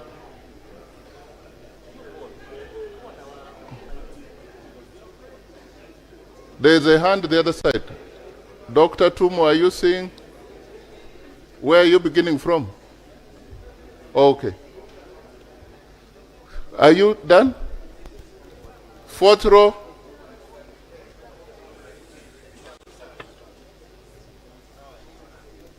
Honorable Mutonyi, Honorable Gaviran.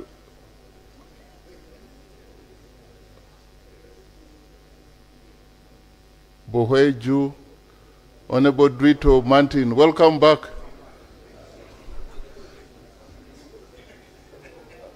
The last row. Yes, Honorable Court, Honorable Tim, Honorable Sarah. I can't see the rest. Yes. Honorable Moli Kamukama. Then Mbarara City. That's Honorable Charity of Mbarara, right? Oh, she's a different now. Okay. Those standing there, Honorable Augun, Honorable Emmanuel, Honorable Pio, Honorable Ngabirano Charles. There is Honorable Kinobe. You've counted those ones? Here, Honorable Bo Awol Betty. There are two standing. Honorable Cole has not voted. Okay. The UPC already counted. The gallery, we acknowledge you with a lot of difficulty. Yes. The corridor here, you finish. Oh. Honorable JB, Loki, Honorable Samingola. Apparently, Honorable Samingola couldn't get a fitting seat. We have to look for it.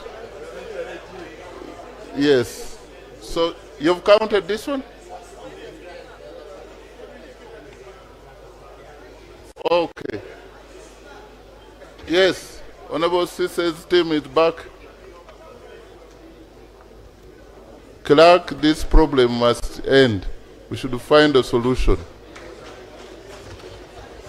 Everyone is elected to sit comfortably in the house. Yes. The voters are looking for their MPs and they can't see them. Yes. Okay. Those against? Those against the motion? There are 3 only. Yeah. First row, those against? Let's do it properly. Second row, those against? Third row, those against? 0.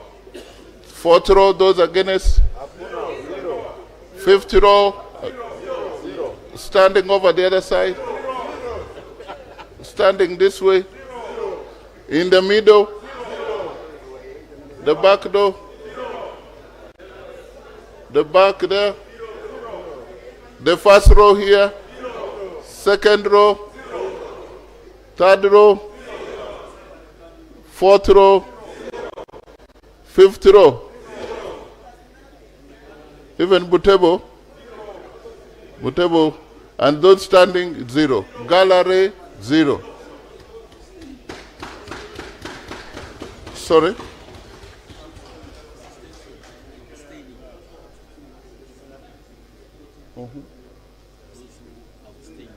Oh, those abstaining? You have your right. Sewungu, you voted yes. Now again you want to make invalid vote. There is only 1 abstain, 2. So we can take the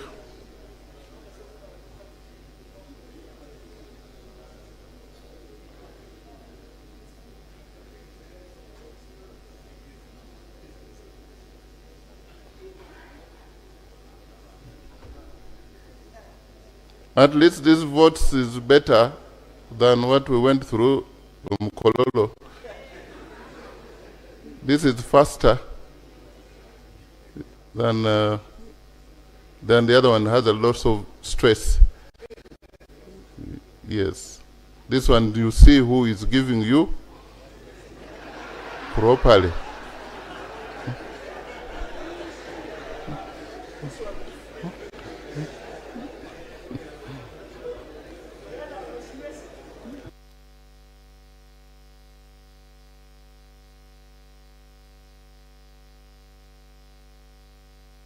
Tallying done, clerk.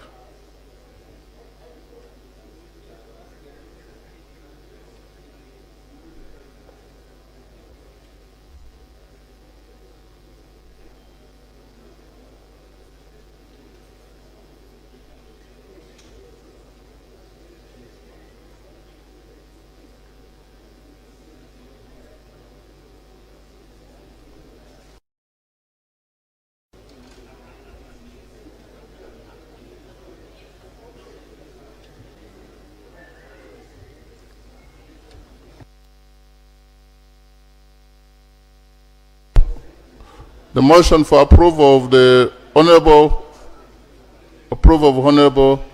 Robert Nabanja as Prime Minister and Leader of Government Business stands as follows. Those who did not, those who abstained are 2.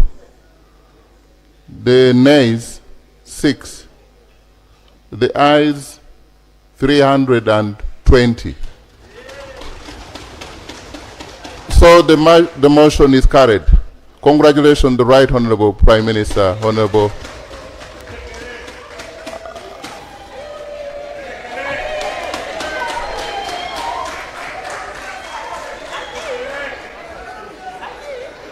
And at appropriate time, they gave you already work here. Both of you, the Vice President and yourself, you prepare to thank your voters later on.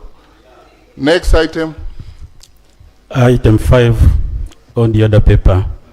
Motion for resolution of Parliament to vary the total number of cabinet ministers and other ministers under Articles 1132 and 1142 of the Republic of Uganda.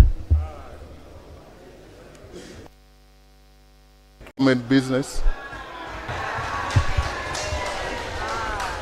As I move a motion for resolution of Parliament to vary the total number of cabinet ministers and other ministers under Article 113(2) and 114(3) of the Constitution of the Republic of Uganda. Right Honorable Speaker and members, whereas Article 111 of the Constitution provides that the Cabinet shall consist of the President, the Vice President, the Prime Minister, and such number of ministers as may appear to the President to be reasonably necessary for the efficient running of the state. Recognizing that under Article 111(2) of the Constitution, Cabinet is mandated to determine, formulate, and implement the policy of government and to perform such other functions conferred by the Constitution or any other law. Right Honorable Speaker and members are aware that under Article 113(1) and 114(1), Cabinet ministers and other ministers are appointed by the President with the approval of Parliament. Noting that Article 113(2) of the Constitution provides that the total number of cabinet ministers shall not exceed 21, except with the approval of Parliament. Further noting that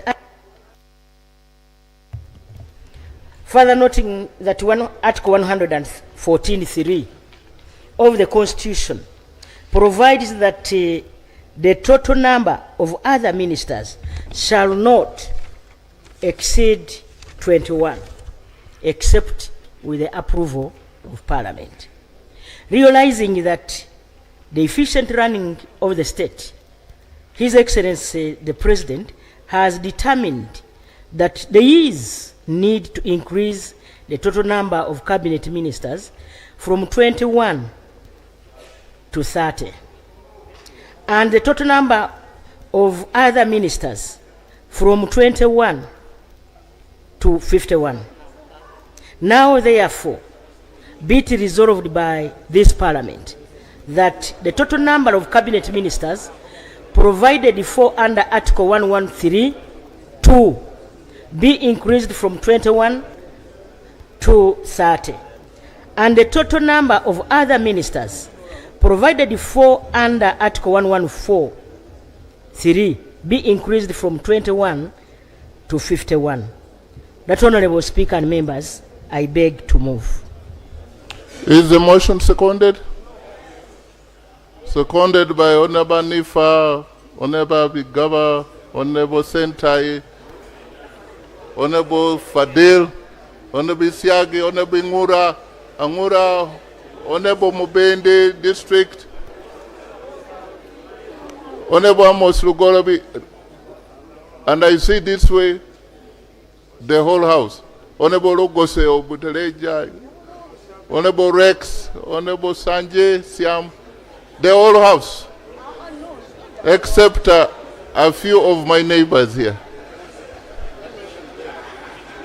Can you speak to your motion? Or except Honorable Namboze, Honorable Senyonyi, and the Honorable Kalawanga David, the Honorable Right Honorable Kasanda, yes. Right Honorable Speaker and Honorable members, this is my justification. The Constitution of the Republic of Uganda under Articles 113 and 114 empowers the President with the approval of Parliament to determine and vary the number of cabinet ministers and other ministers. This flexibility was deliberately embedded to ensure that the executive remains responsive to the evolving needs of our nation. Right Honorable Speaker, let me talk about the constitutional basis. Article 111 mandates that the President shall determine the number of ministers reasonably necessary for the efficient running of the state. Article 113(2) and 114(3) Cabinet and other ministers at 21 unless Parliament approves a variation. Parliament has historically varied the number of ministers in every session since the 6th Parliament, establishing precedent and continuity. Right Honorable Speaker, let me talk about the population and administrative growth. Uganda's population has grown from 20 million in 1995 to 45.9, approximately 46 in 2024 census. The districts have expanded from 39 to 146, creating new governance demands.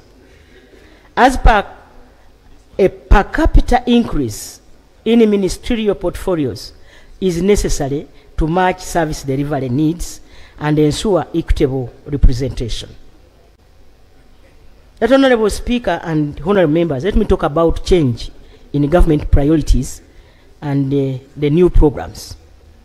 Government priorities have evolved to address poverty eradication, wealth creation, and inclusive growth.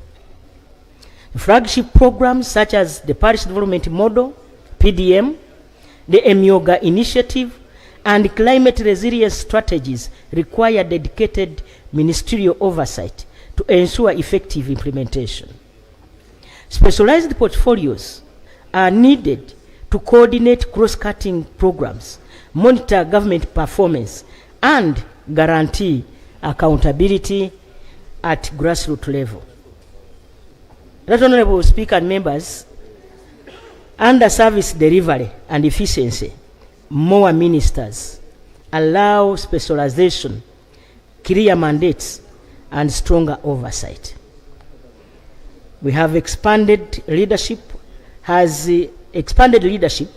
coincided with improved indicators, poverty reduction, increased life expectancy, and reduced mortality. Dedicated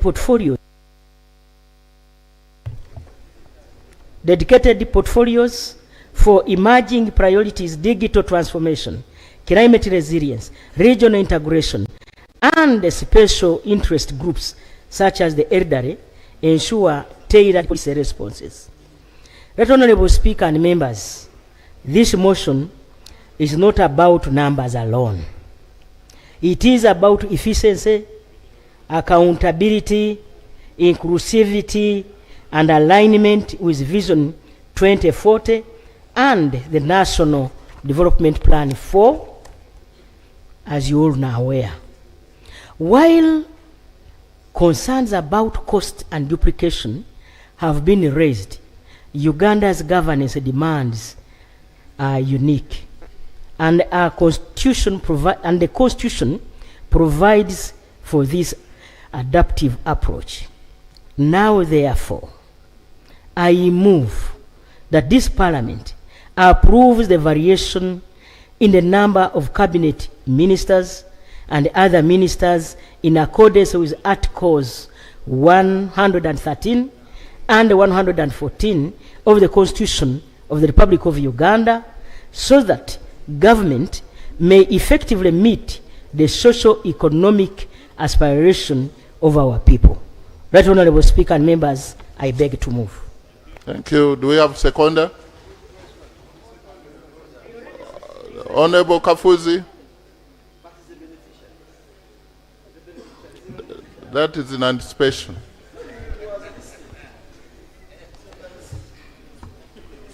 He is a member of parliament for Chaka South County, Chegegwa District. Honorable Kafuzi. Thank you very much, Right Honorable Speaker. Permit me to congratulate you upon assuming as Speaker of this House. Permit me to take this opportunity to congratulate Her Excellency, the Vice President, the Right Honorable Prime Minister, the Honorable Members of Parliament for making it to this House. Right Honorable Speaker and Honorable Members, this is the justification for the motion for variation. The Constitution of the Republic of Uganda provides clear guidance on the composition of cabinet. Like the Right Honorable Prime Minister has said, Article 111 establishes that the cabinet shall be composed of the President, the Vice President, the Prime Minister, and such other ministers as may appear to the President to be reasonably necessary for the efficient running of the state. Article 113, Clause 2, and 114, Clause 3, set a baseline of 21 cabinet ministers and 21 other ministers, commonly known as ministers, but explicitly allows Parliament to approve any variation beyond those numbers. This means that the framers of the Constitution anticipated evolving governance needs and deliberately vested Parliament with the authority to approve the adjustments. The legal principle of variation. The operative words are reasonably necessary and with the approval of Parliament. This establishes a dual safeguard. The President proposes based on governance needs, and Parliament exercises oversight to ensure the variation is justified. Each Parliament must approve anew. Past approvals lapse with the end of Parliament. This ensures accountability and prevents automatic inflation of cabinet numbers. Practice and precedent. Since the 6th Parliament, variations have been approved to reflect Uganda's growing administrative and policy demands. The 12th Parliament now considers a fresh variation consistent with constitutional practice and precedent. This is not a departure from the law, but its faithful application. Parliament exercises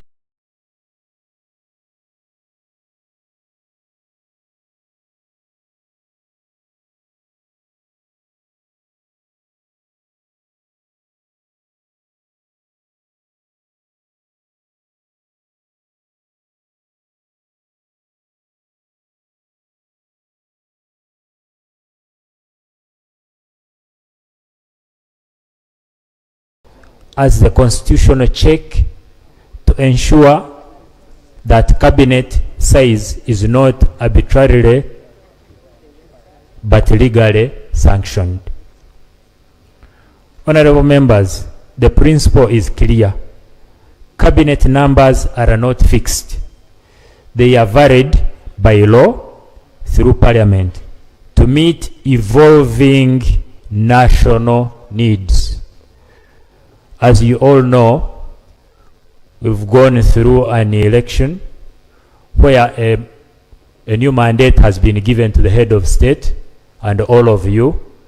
The head of state traversed the country explaining a manifesto which Ugandans have approved.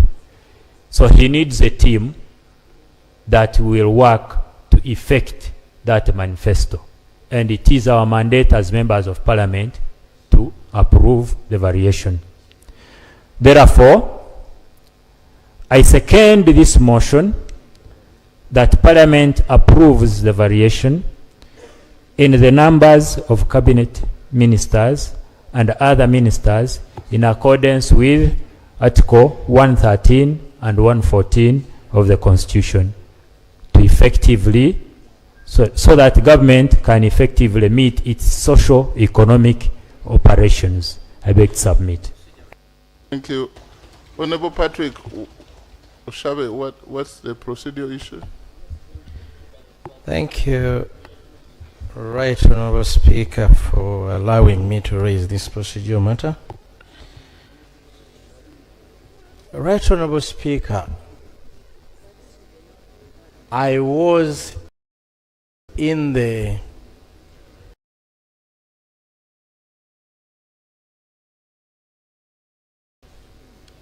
th Parliament. I was in the 10th Parliament, but in the 11th Parliament, Right Honorable Speaker, the Prime Minister came here and convinced the House about a government program on rationalization, and we went through a rigorous process of rationalizing so many agencies. And the Prime Minister convinced the country that it is the right way to go, that the cabinet agreed and the president agreed,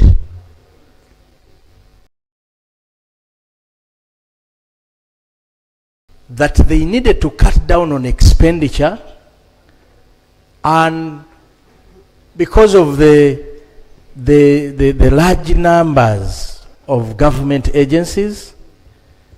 Right Honorable Speaker, among the things we expected. Procedural question? The procedural issue? Yeah, I'm coming, Right Honorable Speaker. Kindly allow. Right Honorable Speaker, we are here. The same Prime Minister who would have moved within the Constitution, because the Constitution gives a number 21.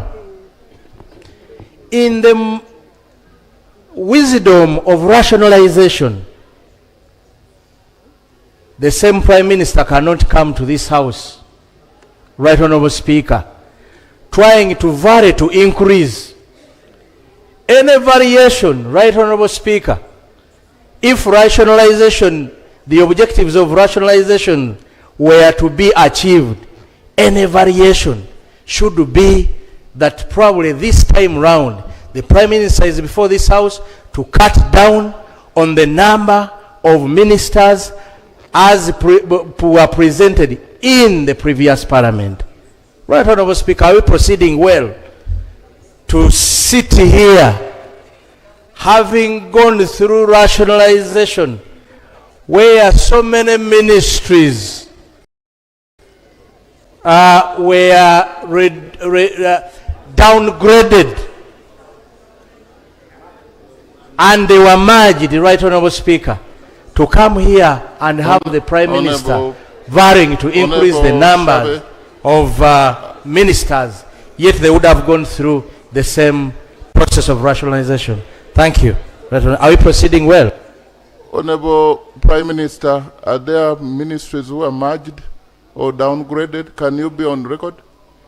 And you are coming back here to reactivate them? Thank you so much, Right Honorable Speaker and members. Honorable members, the number of ministers and the ministers of state that have been carrying out duties is the same number we have brought. We have not changed what we... Yes, we have not. Rationalization was because we were having ambiguous, I want to remember, and duplication of work. I want you to remember UNRWA was doing the same work and the Ministry of Works. So we are here to present the same number we had in the last parliament. Thank you. Honorable Namboze. Thank you, Right Honorable Speaker. 1 minute. Right Honorable Speaker, I stand here, first of all, to congratulate Honorable Nabanja, who has just been approved by this House. Hope she will use this time now to tell us where Ajeb Bichi Balama is. Mr. Speaker, sir, I stand here to oppose the motion. On one ground, Mr. Speaker. Mr. Speaker, since we gave ourselves this constitution, this country has never at any one time attempted to try out this particular article of our constitution. We should think about the framers of this constitution, what they thought about when they came out to limit the number of ministers. Mr. Speaker, I want to guess that the idea was to limit top leaders from using appointments to patronize the country. The Prime Minister stated that they want to cover the governance gap that has been created by the increase in population districts. In that direction, therefore, we have more local leaders. If there is any governance gap that has been created, that gap can be fixed by the local leaders. And we know, Mr. Speaker, that the President has already designated colleagues here to be ministers. And ministers, we are being treated as if we are just a rubber stamp parliament. I want to appeal to colleagues that for the first time in the history of this country, let's for the first time state this motion and try out the number of ministers as given in the Constitution. After all, the country now, the world now has opened up to more technology, more roads have been constructed, we have more local leaders, we have many MPs, and Mr. Speaker, there is no reason now we could think that each and every subject should be supervised by a minister. And if we are, by rationalization, we intended to curb having one department duplicating services. Here we have ministers for regions. What is more duplication than having a minister to serve just a region? That this is a minister for Uganda, this is a minister for Busoga, Mr. Speaker. Your information is this way. Would you want to take? Only to emphasize that, Mr. Speaker, you know, by saying this, I'm representing you because I'm your MP. Thank you. Thank you, Honorable Speaker. Isn't that blackmail? Thank you, Honorable Speaker. My name is Gohen Amanya, and I want to raise this issue of information to my colleagues. What is being brought here is a provision under Article 113 and under Article 114. The issue they are talking about, the issue of rationalization, does not come onto play when we are talking about ministers. It is only when we are talking about departments in those ministries. The ministers, letters, and Honorable Nambozi raised an issue saying that the framers of this constitution, saw it fit to create a provision under a special provision of the constitution, The special provision of the Constitution uses the word shall, but it goes ahead and creates an exception to that provision. And that's why the Honorable Robin Nabanja has raised the issue under that provision. So therefore, to come and here and tell us that that is wrong, I think we are going into one way or the other misfiring on the issue that is before this Parliament. So, Honorable Speaker, I want to tell my colleagues that what we are dealing with is an issue of raising the numbers under a constitutional provision. And the framers of the Constitution saw it deemed fit under separation of powers. They have given us that power under the Constitution. Thank you, Honorable Speaker. Thank you. Honorable Tim, please, it is important that Thank we you, represent Right voices. Honorable Speaker. 1 minute for you. I am Sergeant Retired Tim Bernard, Member of Parliament, representing the wonderful people of Maruzi North County in Apache District. Right Honorable Speaker, I stand here to support the motion as moved by the Right Honorable Prime Minister for this reason. Before coming to be a Member of Parliament, I have been frequently following events in this House. And among key events that I followed was that this very Parliament, where some members, including the senior Honorable Nabozo, was sitting, passed a motion which approved the same number of ministers which served the country successfully. Secondly, the Honorable Nambozo, if I'm not mistaken, is a shadow minister. Was a shadow minister whose mandate was similar or in the same lane with the mandate that the Prime Minister seeks us to approve now. The issue is, why should we take the country into cycles? It is common saying that you cannot eat your bread and have it. Last Parliament, same people passed the same motion. Why should it be passed? The only issue should be, as we pass it now, equity is equality. The people of Laos sub-region voted for NRM and President Museveni overwhelmingly, 84%. But they got only 4 appointments. So let's pass, but we need more appointments. I beg to move. Thank you. I think it's giving validation that the motion is valid, but also he wants more to be added. People want more. Honorable Paul Mwiro, you are the last on this matter because, yeah. Thank you, Right Honorable Speaker. Right Honorable Speaker, I rise to oppose the motion basing on Article 113 and 114. Right Honorable Speaker, the framers of the Constitution clearly left the numbers as they are in this Constitution. And government has not moved to amend these provisions, left them the way they are, so that it is up to this Parliament. Meaning that it is this Parliament who knows that this country is recovering from the effects of COVID.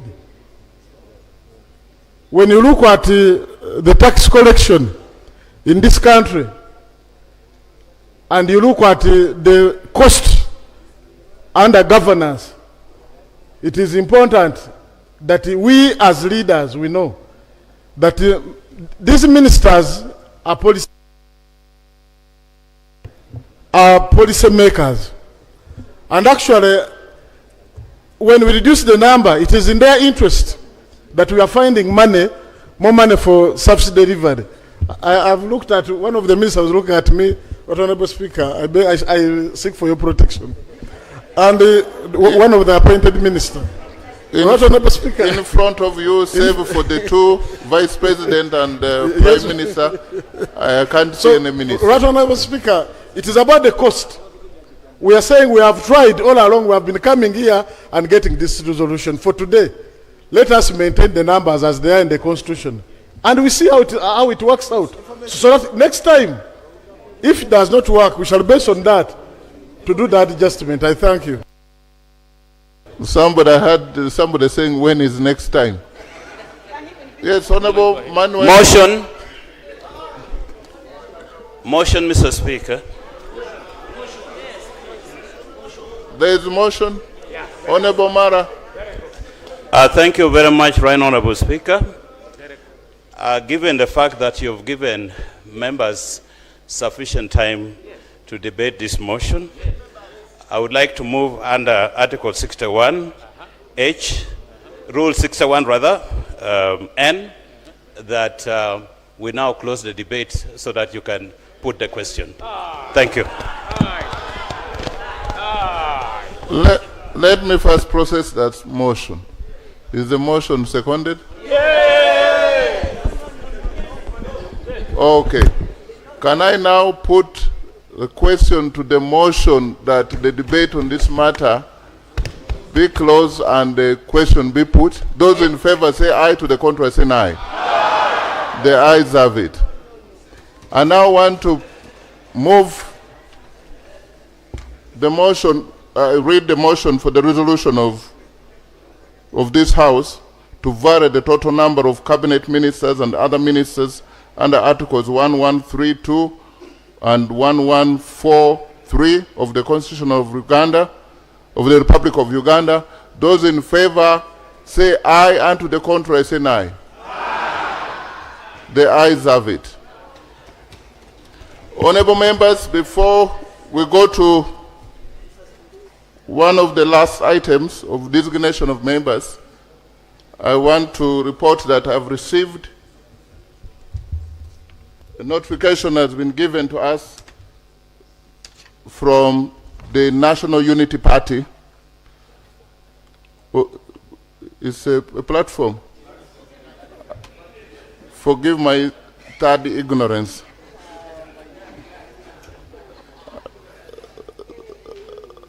I thought it was a party. Leader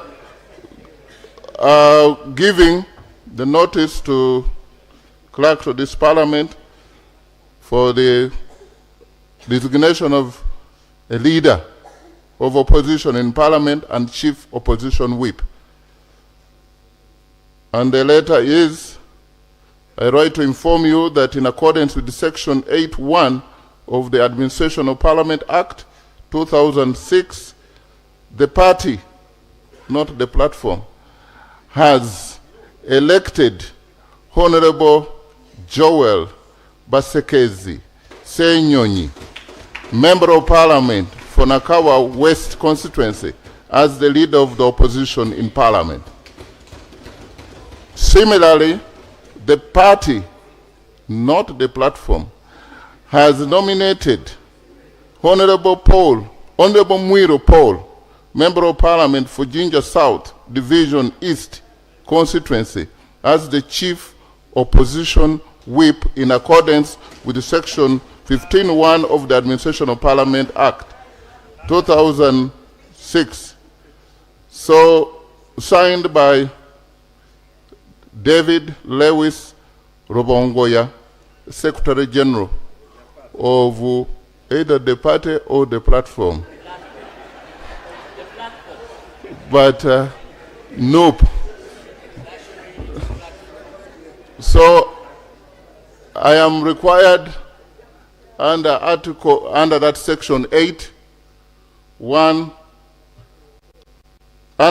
Section 8.3. This is to give you notice that a person elected leader of opposition under this section shall take office upon a formal announcement by the Speaker. And I hereby announce Honorable Joel Basekezi Senyonyi as the leader of opposition. Honorable Senyonyi, for new members, they may not know you. If I described you, you may think I am insulting. But so this is the Honorable Joel Basekezi Senyonyi, the man who will oppose from this side. Please show him some love with some applause. And then the chief, there's a formation of government now on both sides. The chief opposition whip, who had already started his work by opposing everything, is Honorable Mwiru Paul. Here. Congratulations to the two of you. And you now know they were doing, whether the thing is good or bad, oppose. But right now we move to the next item as we conclude this sitting today.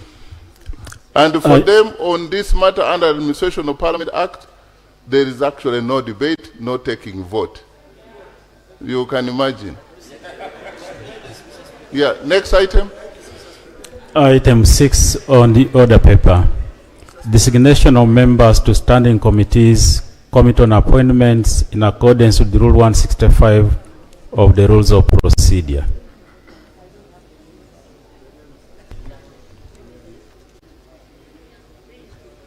So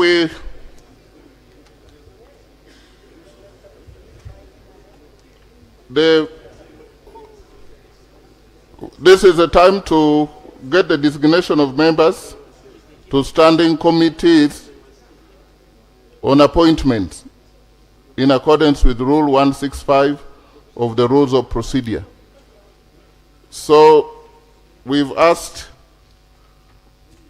the NRM party, not platform, and the National Unity platform, and the FDC, all the parties represented in this house, and they have submitted names. So let the Prime Minister read the names of her people. We've also asked the independents to express their interests, and those ones being designated by my good self. And Honorable Joel, are you ready? The Right Honorable Prime Minister.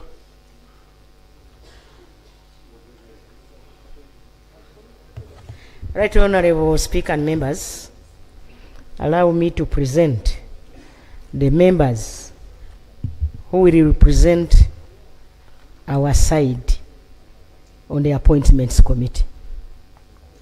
Honorable Akumu Catherine Mavenjina. Honorable Avura Jane Pachuto. Honorable Awol Betty Engora. Honorable Birungi Annette, Workers Representative. Honorable Veso Sam, Kisoro Municipality. Honorable Chala Elma Kapel, Youth Northern Uganda. Honorable Gashaija Shaka Stephen, Entebbe Municipality. Honorable Katusabe Ruth, Bukoma Nsimbi. Honorable Kisa Stephen,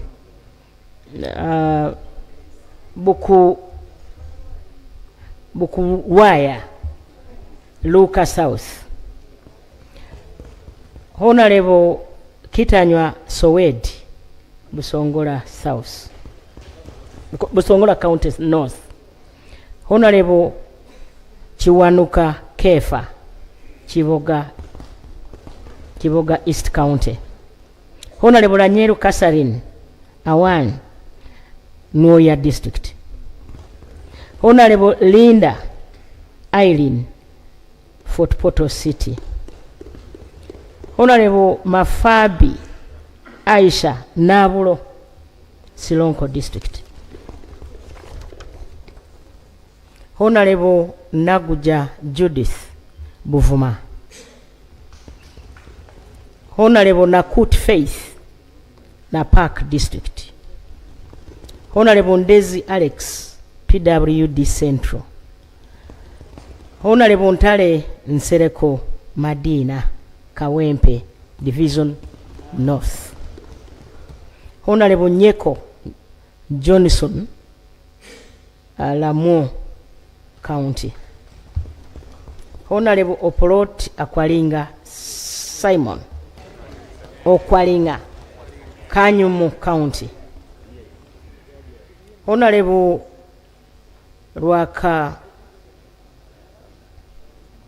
Rwachimali Beatrice, Ruhama County.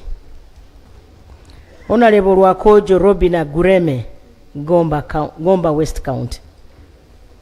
Honorable Tumulamye Genensio Kashonji, welcome back, brother. Honorable Twaha Fadil, Tingen County. Honorable Wembabazi Beatrice, Hoima District. Honorable Major General Kinarwa James, UPDF. Honorable Okot Peter, Tochi County. I think you'll stop there. You are going beyond Kisumu. I thought as a leader of government business in the parliament, I would read for everybody. But now that you have guided Right Honorable Speaker, yes, I beg to submit. Thank you. For the UPDF, they don't have a whip. They have a whip, and this one person will be there, and the Major General James Kinarwa will be represented. So, opposition. And I hope with the time, when we behave in good politics, we shall change the nomenclature of opposition to minority and majority at one time, requiring constitutional amendment. Yeah. Thank you, Right Honorable Speaker. Right Honorable Speaker, I proceed to nominate members of the opposition based on their political parties. PFF, Honorable Betty Awol. You say it in full. That way. PFF is People's Front for Freedom. Honorable Betty Awol.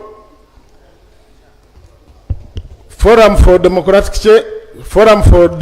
Change, Honorable Lucy Akero. The Democratic Party, Honorable Okot Peter.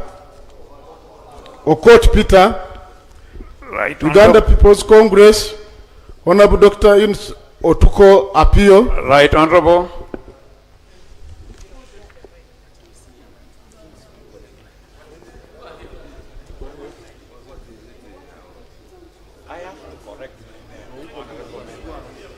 Thank you, Right Honorable Speaker. I seek your indulgence to pronounce properly the name of my honorable colleague, Honorable Okot Peter, for the Democratic Party.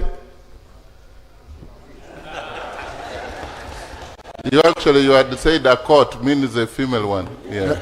Most obliged.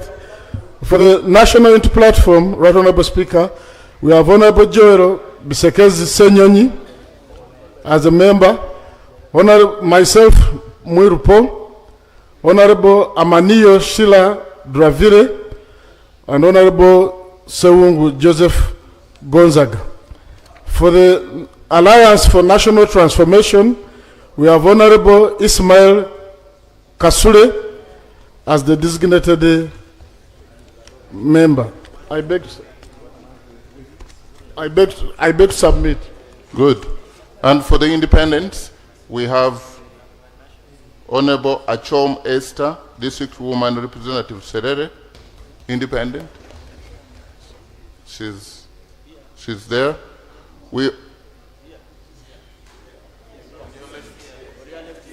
But that is not Serere.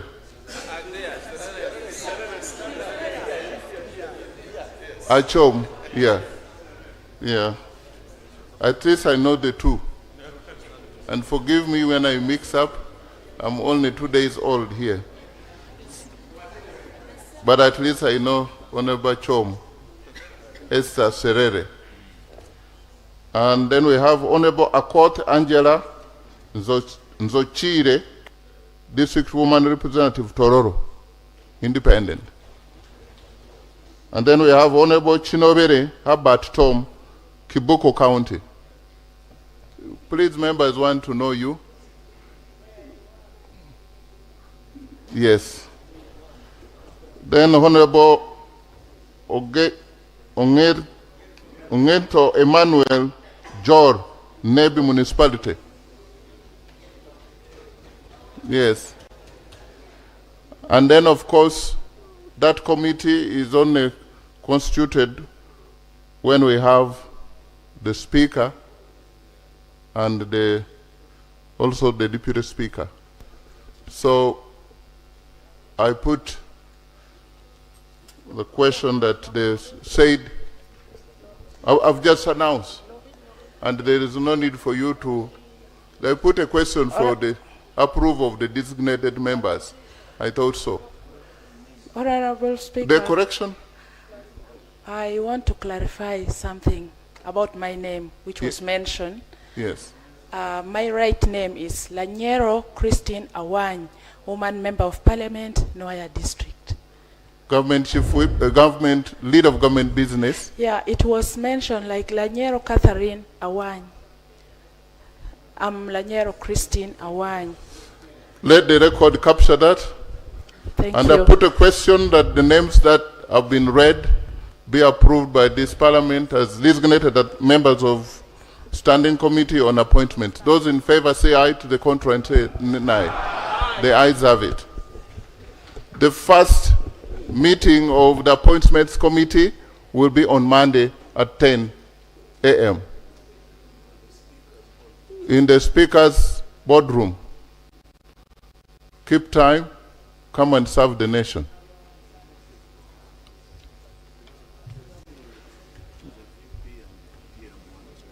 The VP, please, and PM, it's your time to thank your voters.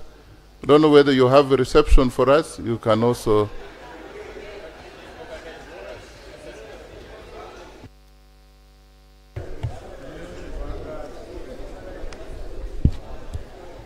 Right, Honorable Speaker of Parliament, distinguished members of the 12th Parliament, let me begin by congratulating you, Mr. Speaker, upon your assumption of the chair as Speaker of the 12th Parliament. In the same vein, I congratulate the Deputy Speaker, Right Honorable Thomas Tayebwa. I congratulate the Leader of Opposition, the Honorable Joel Senyonyi, upon assuming the office of Leader of Opposition in Parliament. And I congratulate my brother, Paul Mwiru, I beg your pardon, Paul Mwiru, upon assuming the office of Chief Opposition Whip in the 12th Parliament. Honorable colleagues, I stand here today with humility and profound gratitude to the Almighty God, the God of Abraham, the God of Isaac, and the God of Jacob. In the book of Prophet Isaiah, chapter 60, verse 22, I open quotes. When the time is ripe, I, Yahweh, will quickly bring it out. I close quotes. I acknowledge the hand of God in my appointment as Vice President of the Republic of Uganda. Mr. Speaker, allow me quickly to thank the people of Katakwi District for trusting me yet again to serve them as Woman Member of Parliament for Katakwi District. I promise them that I will exercise my mandate as their Member of Parliament and that I will serve them diligently. In connection to that, Mr. Speaker, honorable colleagues, I thank the appointing authority, His Excellency, Yoweri Kaguta Museveni, for trusting me yet again by appointing me for the second time to serve the people of Uganda as Vice President. I do not take it for granted, Mr. Speaker. I assure him and all the people of Uganda that I shall serve with utmost dedication, patriotism, and loyalty, giving undivided attention to all matters of national importance that come before me during my tenure. For it is again written in the scripture, in the book of Luke, in the Gospel of Luke actually, chapter 12, verse 48. I open quotes. When someone is given a great deal will be demanded of that person. And when someone is entrusted with a great deal, of that person, even more will be expected. I close quotes. Right, Honorable Speaker, Honorable colleagues, I thank you for the trust and confidence in me which you have just demonstrated by approving me unanimously. I am exceedingly humbled, and I say thank you, thank you, thank you to all of you, colleagues.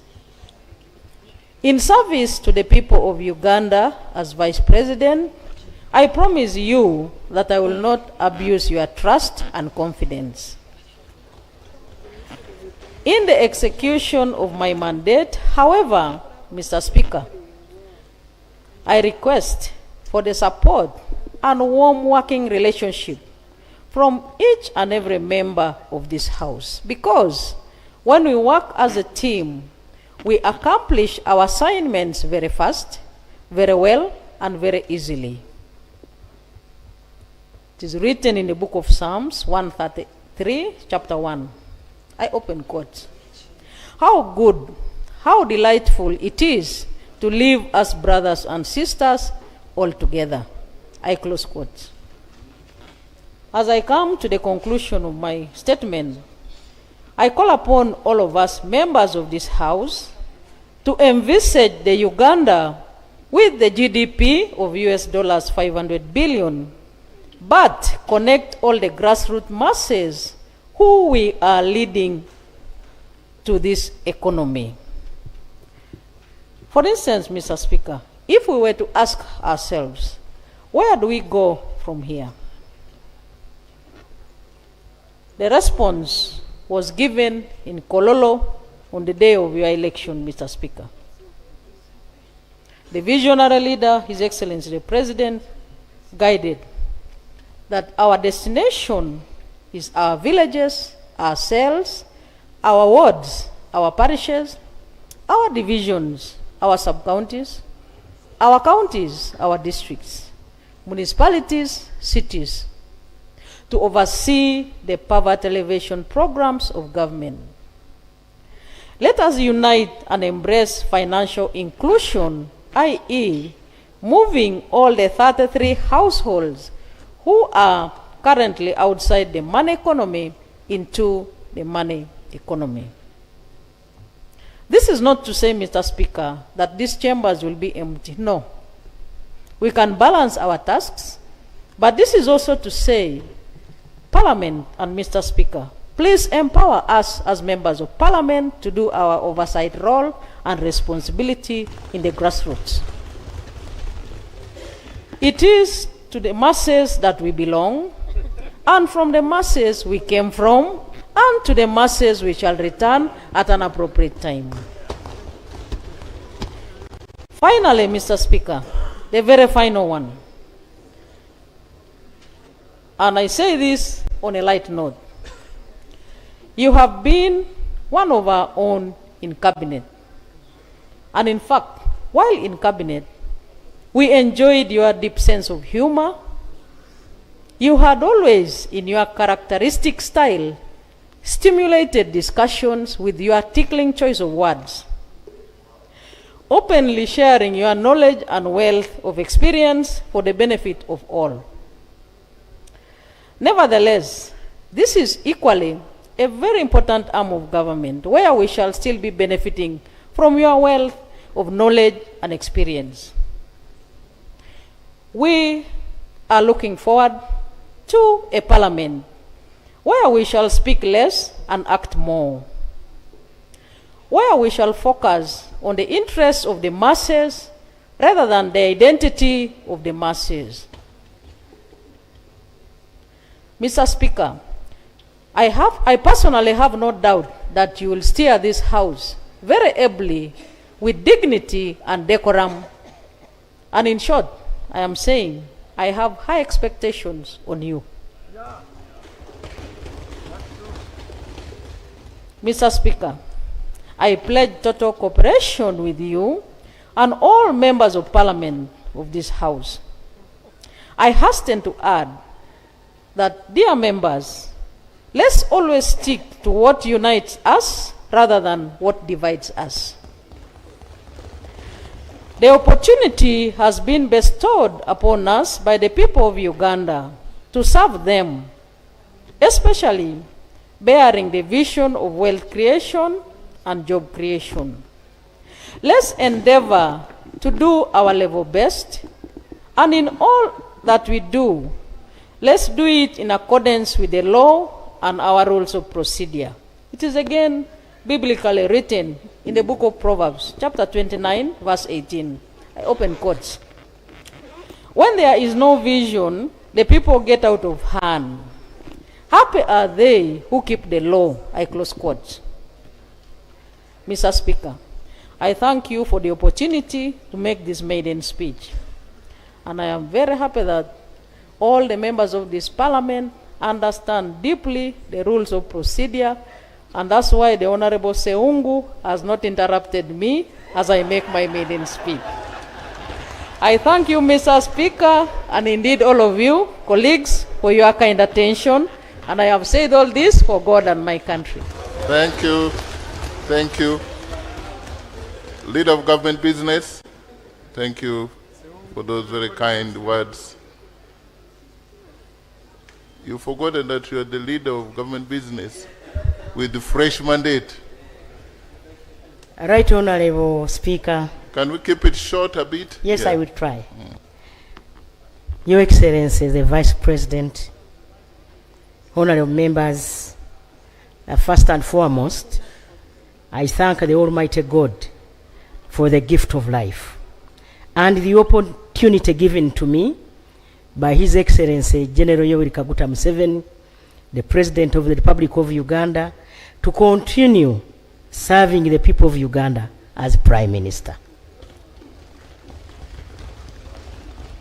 I receive my reappointment with humility and great gratitude to His Excellency for the trust and confidence placed in me yet for another term.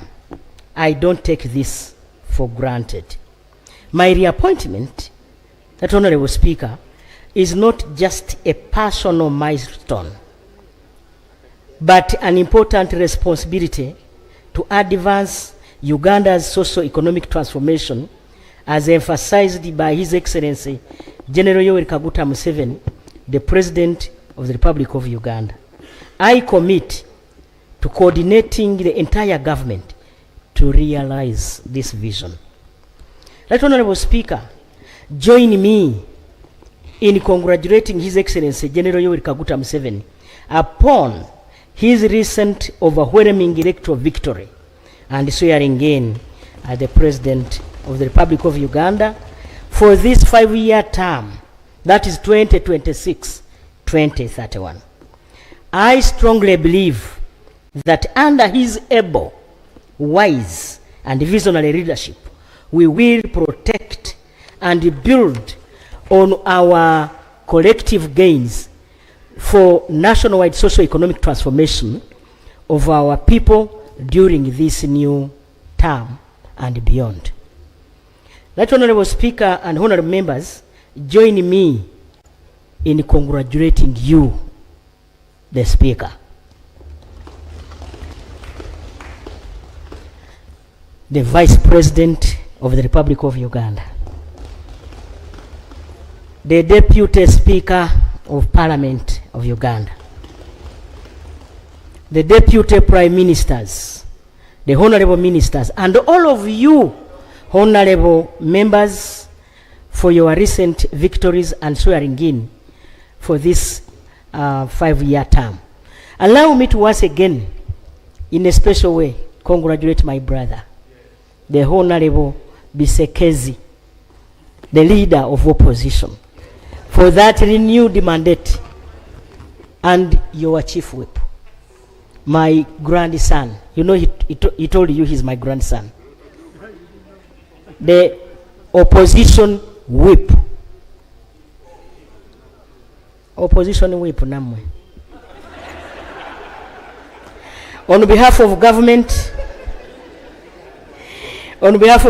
of Uganda, I commit to continue building on the strong foundation already in place by effectively leading a robust service delivery team, both political and technical, that responds to the needs of our people. By strengthening the link between the executive and legislature, and by ensuring continued availability of government business in this parliament, and making sure that the ministers regularly attend and provide timely responses to Parliament. Right, Honorable Speaker and Honorable colleagues, the priorities of the NRM government are very clear, as outlined in the National Development Plan 4 and the 2026-2031 NRM Manifesto, aimed at wealth creation, improving household incomes, and expanding our economy from an estimated $68.4 billion by the end of June 2026 to $500 billion by the year 2040. Right, Honorable Speaker, this growth will be anchored on strategic investments in our ATMs, which are agro-industrialization, PDM, Emyoga, etc., tourism development, mineral development including oil and gas, science, technology, innovation, and creative industry development. In addition, government will invest in enablers for the ATMs to deliver on planned growth. And these enablers are: 1, peace and security, which is a prerequisite for economic stability. Number 2, infrastructure development. Here I'm talking about the standard gauge railway, roads, electricity, and the meter gauge rehabilitation. Water sanitation, including environmental conservation. Honorable members, health education, information communication technology, electricity generation, transmission and distribution, industrial parks and free zones, effective administration of the justice, law and order, effective legislation and oversight. That, Honorable Speaker and members, effective management of climate change, environmental and natural resources and disasters as they occur. Fellow leaders, Ugandans expect quality services from us. We can effectively serve our people through proper implementation, monitoring and evaluation of government interventions. I want to reassure you that this will enable us to achieve better results with even limited resources. Right, Honorable Speaker and members, leadership is a gift from God. I know that the role of the Prime Minister and leader of government business in Parliament requires commitment, patriotism, teamwork, and sacrifice. I therefore request for your continued support and prayers as we embark on this journey together. The Honorable Speaker and members, through you, I recommit to continue serving our people for improved service delivery and socio-economic transformation. To the people of Kakumiro District and Greater Chivale, thank you for electing me to the 9th Parliament, 10th, 11th, and now the 12th Parliament. In conclusion, I once again thank you, Right Honorable Speaker and members, for approving my reappointment as Prime Minister of the Republic of Uganda. In the same vein, I appreciate His Excellency the President for the trust and confidence placed in me.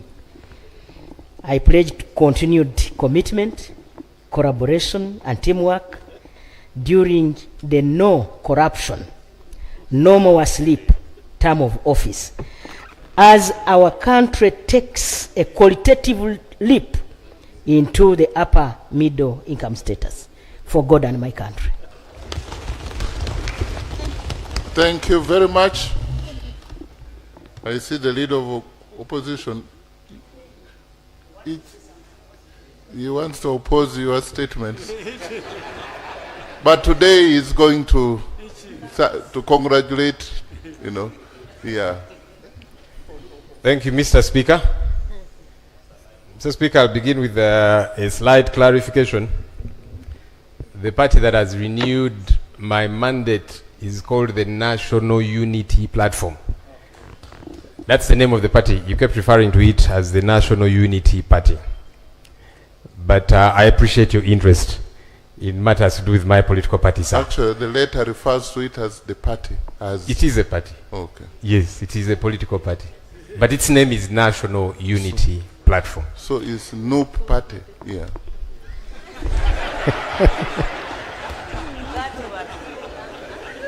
Mr. Speaker, again, to comfort you and the honorable colleagues, really I'm not here to oppose anything and everything. No. My duty and the duty of colleagues on this side is to keep the government in check. That's our duty. And I invite colleagues to join us in doing this duty, doing the same, executing this mandate. Because keeping the government in check is for the good of each one of us. Honorable Speaker, I'm sure one of these days you will have a day when members will raise matters of national importance. They will tell you about the poor roads in their areas. They will tell you about, government officials stealing money that is supposed to trickle down to their people. They'll tell you about bad hospitals. They'll tell you about all these many different things. So as we keep government in check, it's for the good of all of us. And we shall happily continue to do it. Honorable Speaker, the Vice President and the Prime Minister have been approved by this House. We all did not vote for the both of you, but you have been approved. And our hope is that you will serve everybody. Because you see, that's what service delivery is supposed to be about. That you will extend services to everybody. That your offices will be accessible. We are going to bother you a great deal. Please get ready. Whether it be knocking at your offices, whether it be here on the floor, we shall not come at your home. She has said at home, no, we shall not come. But here in the Parliament. Please get ready. Because it's important for that to get happen. On our end, we are going to keep you in check. And please, you should be happy about that. It should not be a bad thing. When we keep you in check, we are saying, do better here, improve here, do this the right way as should happen. And so we'll keep bothering you about all these many different things, service delivery, political prisoners. That's a song we have sung, and we're not going to keep quiet. Because there's people that are rotting in jail 5, 6, 7 years. They have not had their day in court. That is wrong. Wrong. Regardless how it happens. And by the way, the same has happened to some people on the interim side. So regardless who it happens to, it is wrong. So these things we shall not keep quiet about. get ready. Honorable Speaker, I did not vote for you to become Speaker because I had a candidate. No, me, I'm saying it publicly. Because I had a candidate. But I'll tell you what, Right Honorable Speaker. But your candidate voted for me. I don't know about that. But I want to believe the 60 votes he got, one of those was his. But I'll tell you what, Right Honorable Speaker. I want to salute you, especially for your remarks after you took chair of Speaker, when we were still at Kololo. I, for that moment, felt at ease. I hope I'll continue to feel that way. And here is why I felt at ease. Your speech had 3 critical elements that excited me. Number 1, you promised to be a speaker even for those who did not vote for you, like me. And that's imperative. Because now you have become a referee for all of us. Our hope is that you'll be ready to blow the whistle when there is a hard tackle, as opposed to you actually being the one tackling us. So that gave me comfort, Right Honorable Speaker. You promised in your remarks a corruption-free parliament. That excited me. And you have our support in ensuring this, Right Honorable Speaker. Right Honorable Speaker, you promised that Parliament is supposed to be open, and so the media is supposed to be welcome here. I want to appreciate, because on that one you have taken immediate action. I was told that the Nation Media Group accessed Parliament today, because they were barred from accessing Parliament for months, and that is wrong. My appeal to you, Right Honorable Speaker, I'm saluting you publicly for the remarks that you made. Kindly actualize the remarks that you made. That's my humble appeal to you. You know, sometimes we say things and then we don't actualize them. But my hope is that you are going to actualize these remarks that you made, that we shall all feel comfortable in being in this house, that I should feel at ease to stand up and object to something. And I know I'm not going to be vilified. And by me, I mean several colleagues, that nobody is going to be vilified for having that school of thought. That's why we are all here. We all have different schools of thought. Honorable Speaker, I have been leader of the opposition for 2.5 years in the 11th Parliament. Leader of opposition by law is part of the Parliamentary Commission. I did not attend even one single Parliamentary Commission meeting. How can that be right? Because I was invited. Honorable Speaker, when I made a lot of noise about this issue, subsequently there were about 2 or 3 invitations that came to my office. And how did they come? So the office you're occupying now approves whenever a leader of the opposition is going, even if it is out of town, for official duty. So one of those times, I think we were going to these entities we were oversighting in Amuru, Inspire Coffee, in Tungamo. So you are on the way there, you get a call from the office that a letter has come here for Parliamentary Commission, and it is happening in 30 minutes. So yes, some people might say I got invited about 3 times. Yes, but I was on the way out of town for official duty, and the Speaker's office knew. These things have got to change. Let's observe the law. Let's do right, as is expected. Finally, Right Honorable Speaker. Honorable Speaker, you have seen the quandary we are grappling with here.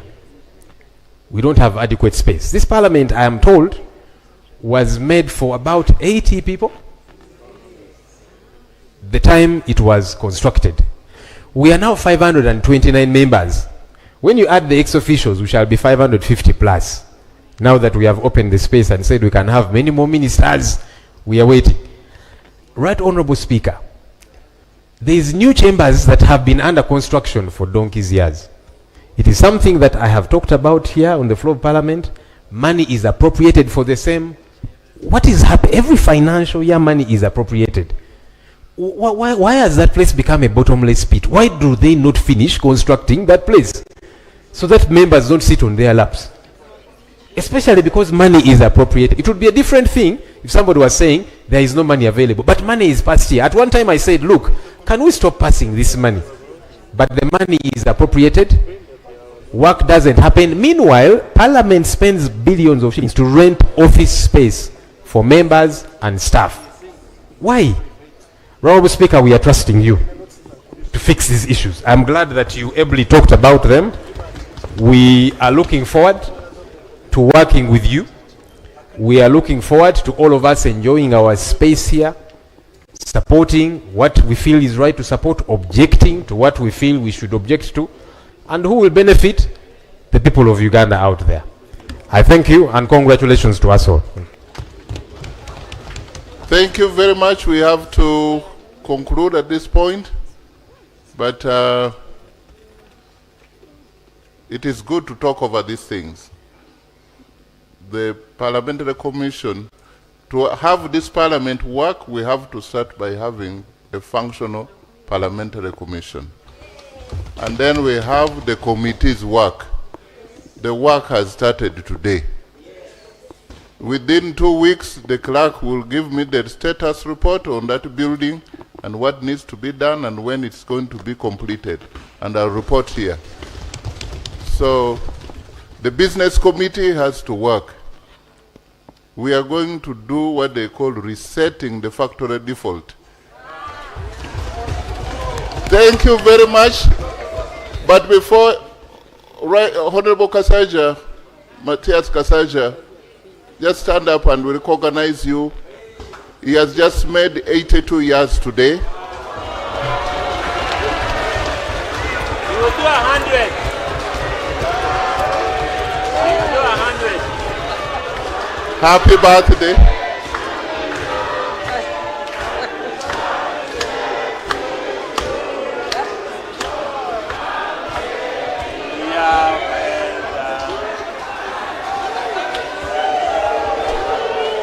Thank you. Our best wishes, many more returns. He wants a drink. And I know that the economy is now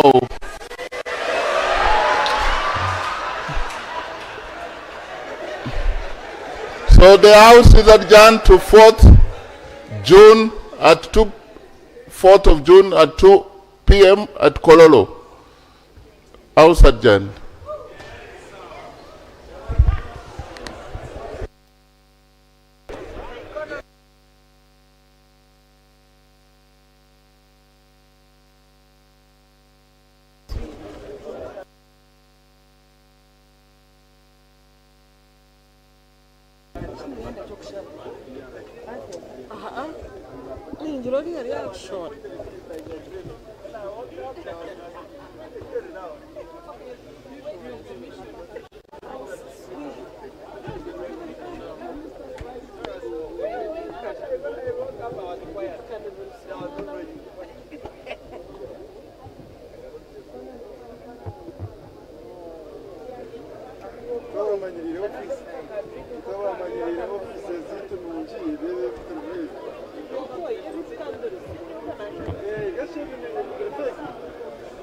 Hey,